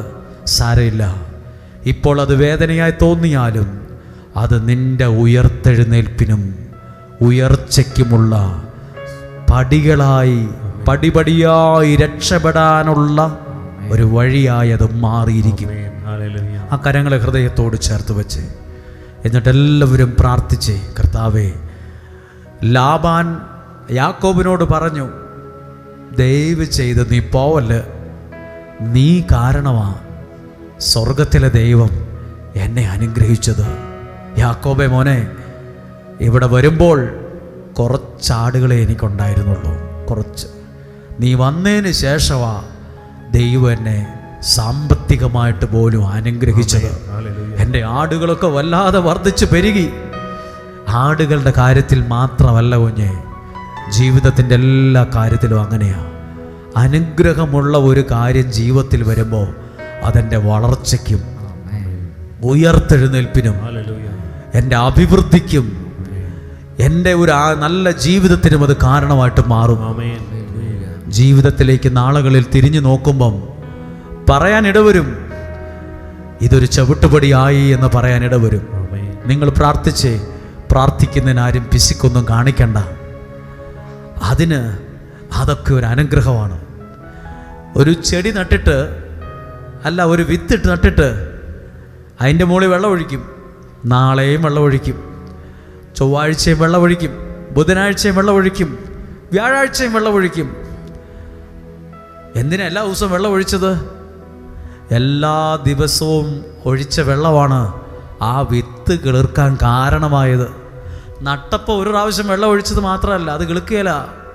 അതിന് തുടരെ വെള്ളം തളിച്ചു കൊടുത്തോട്ട് ആ നനവ് മാറാൻ പാടില്ല. ഒഴിച്ച ഓരോ വെള്ളവും ആ വിത്ത് കിളിർക്കാൻ കാരണമായതുപോലെ നിങ്ങളും പ്രാർത്ഥിച്ച ഓരോ പ്രാർത്ഥനകളും നിങ്ങളുടെ കുഞ്ഞുങ്ങൾ രക്ഷപ്പെടാൻ കാരണമാവും. നിങ്ങളുടെ പ്രശ്നങ്ങൾക്ക് അത് പരിഹാരമാകും. നിങ്ങളുടെ പ്രതിസന്ധികൾക്ക് അത് പരിഹാരമാകും. പ്രാർത്ഥിച്ച ഓരോ പ്രാർത്ഥനകളും, വിശ്വസിക്കുന്നു, ഓരോ പ്രാർത്ഥനകളും ജീവിത സായാഹ്നത്തിൽ തിരിഞ്ഞൊക്കെ നോക്കുമ്പം, വേണ്ട കുറച്ച് ദിവസം കഴിഞ്ഞ് തിരിഞ്ഞു നോക്കുമ്പം ദൈവത്തിൻ്റെ പരിപാലന, ദൈവത്തിൻ്റെ നടത്തിപ്പ് അത് കാണാൻ പറ്റും. കണ്ണുകളെ ഒന്ന് അടച്ച്, ഏലിയ പ്രവാചകൻ മരുഭൂമിയിൽ അങ്ങ് മാറി ഒരു സ്ഥലത്ത്, ദൈവം ഒരുക്കിയ സ്ഥലത്ത് താമസിക്കുമ്പോൾ ഭക്ഷണം കൊണ്ടുപോയി കൊടുത്തത് പക്ഷികളിൽ ഉൾപ്പെട്ട ഒരു കാക്കയാണ്. ആ കാക്ക പിന്നീട് ചത്തുപോയി. പക്ഷേ പരിപാലിച്ച ദൈവം ഇന്നും ജീവിക്കുന്നുണ്ട്. ആ കാക്കയെ ചത്തുപോയിട്ടുള്ളൂ. പരിപാലിച്ച ദൈവം ഇന്നും ജീവിക്കുന്നുണ്ട്.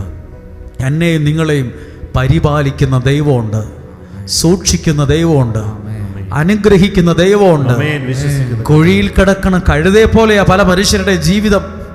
ഒരു സന്തോഷമില്ല, സമാധാനമില്ല, വല്ലാതെ ഒറ്റപ്പെട്ടു പോയ പോലെ, തകർന്നു പോയതുപോലെ. ഈ കുഴിയുടെ ആഴം കൂടുതലാണ്, ഇനി രക്ഷപ്പെടാൻ പറ്റുമോ എന്നൊരു പേടിയൊക്കെ ഉണ്ട്.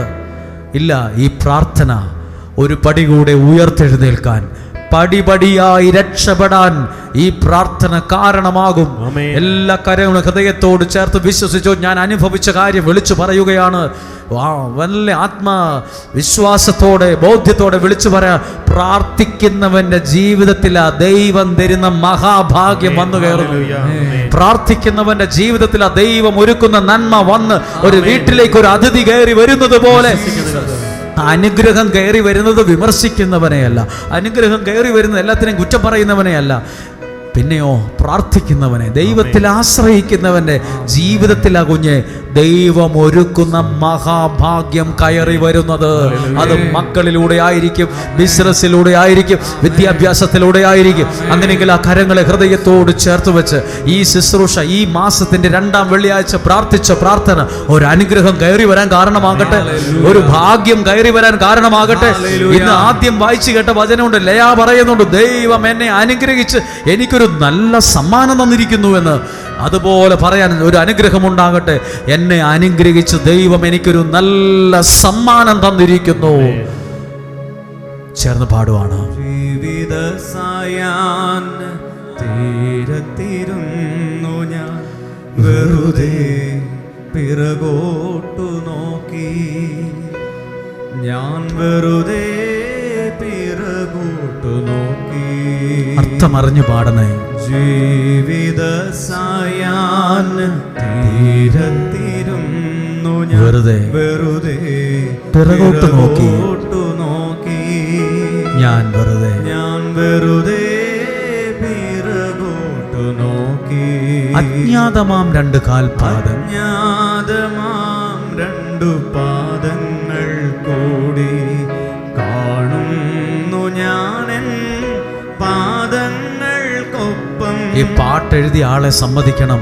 അജ്ഞാതമാം 2 പാദങ്ങൾ ഞാൻ ആ മണലിക്കൂടെ നടന്നപ്പോൾ എൻ്റെ പാദങ്ങൾക്കൊപ്പം, ഇന്ന് കേട്ട വചനം പോലെ കേട്ടോ, യാക്കോബിൻ്റെ ഓഹരി കൊണ്ട് നിന്നെ ഞാൻ പരിപാലിക്കും.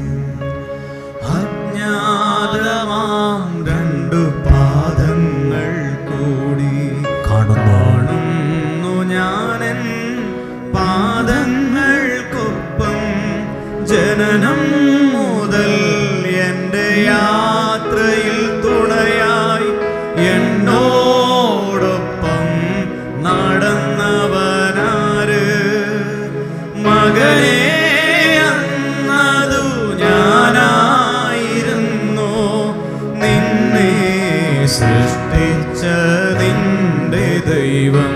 ചെറുപാടി മകനേ, അന്നതു ഞാനായിരുന്നു, നിന്നെ സൃഷ്ടിച്ച നിന്റെ ദൈവം. ഒരു കരം ഉയർത്തി പറഞ്ഞേ ഹല്ലേലൂയാ, ഹല്ലേലൂയാ. ഇപ്പോൾ നമ്മുടെ പ്രാർത്ഥനകളിവിടെ ഈ ഒരു പ്രാർത്ഥന നിങ്ങൾക്ക് നൽകുകയാണ്. കഴിഞ്ഞ ആഴ്ച കിട്ടാത്തവർ മാത്രം ഈ പ്രാർത്ഥന മേടിക്കുക. ഈ പ്രാർത്ഥന നിങ്ങൾ കിട്ടാത്തവർ അവർ വരുമ്പോൾ ഒന്ന് കരമുയർത്തുക. ഈ പ്രാർത്ഥന എന്നറിയാമോ? എല്ലാ ദിവസവും പ്രാർത്ഥിക്കണം. നിങ്ങൾ ഫോണിൽ ഇതിൻ്റെ ഫോട്ടോയൊക്കെ എടുത്ത് നിങ്ങളുടെ പിള്ളേർക്കും ഗ്രൂപ്പിലൊക്കെ ഇട്ട് കൊടുക്കണം. പ്രാർത്ഥന 91-ാം സങ്കീർത്തനത്തിൻ്റെ ഒരു പ്രസക്ത ഭാഗമാണ്. നിങ്ങൾ ആ പ്രാർത്ഥന കേട്ടെ. ഒരു ദോഷവും എനിക്ക് വരികയില്ല, ഒരു തിന്മയും എനിക്ക് ഭവിക്കില്ല, ഒരനർത്ഥവും എൻ്റെ കൂടാരത്തെ തൊടുകയില്ല. എൻ്റെ ദൈവത്തിൽ ഞാനത് വിശ്വസിക്കുന്നു. ഹല്ലേലൂയ. 2-3 വാക്കാ. ഒരു ദോഷവും എനിക്ക് വരികയില്ല, ഒരു തിന്മയും എനിക്ക് ഭവിക്കില്ല, ഒരനർത്ഥവും എൻ്റെ കൂടാരത്തെ തൊടുകയില്ല. ഞാൻ ഇന്ന് ഒത്തിരി പേരെ കണ്ടപ്പോൾ 3-4 പേരുടെ കയ്യിൽ ഇത് നല്ലതുപോലെ നല്ലൊരു കവറൊക്കെ ഇട്ട് സൂക്ഷിച്ച് അവരുടെ പേഴ്സിലിരിക്കുന്നത് ഞാൻ കണ്ടു. ചിലർ ഈ പ്രാർത്ഥന അവരുടെ വാഹനത്തിൽ വെച്ചതായി ഞാൻ കണ്ടു. അവർ നല്ലതുപോലെ അത് ഫ്രെയിം ചെയ്ത് നല്ല വൃത്തിയായി സൂക്ഷിച്ചത് കണ്ടു. ഈ പ്രാർത്ഥന നിങ്ങൾക്കൊരു അനുഗ്രഹമാണ്.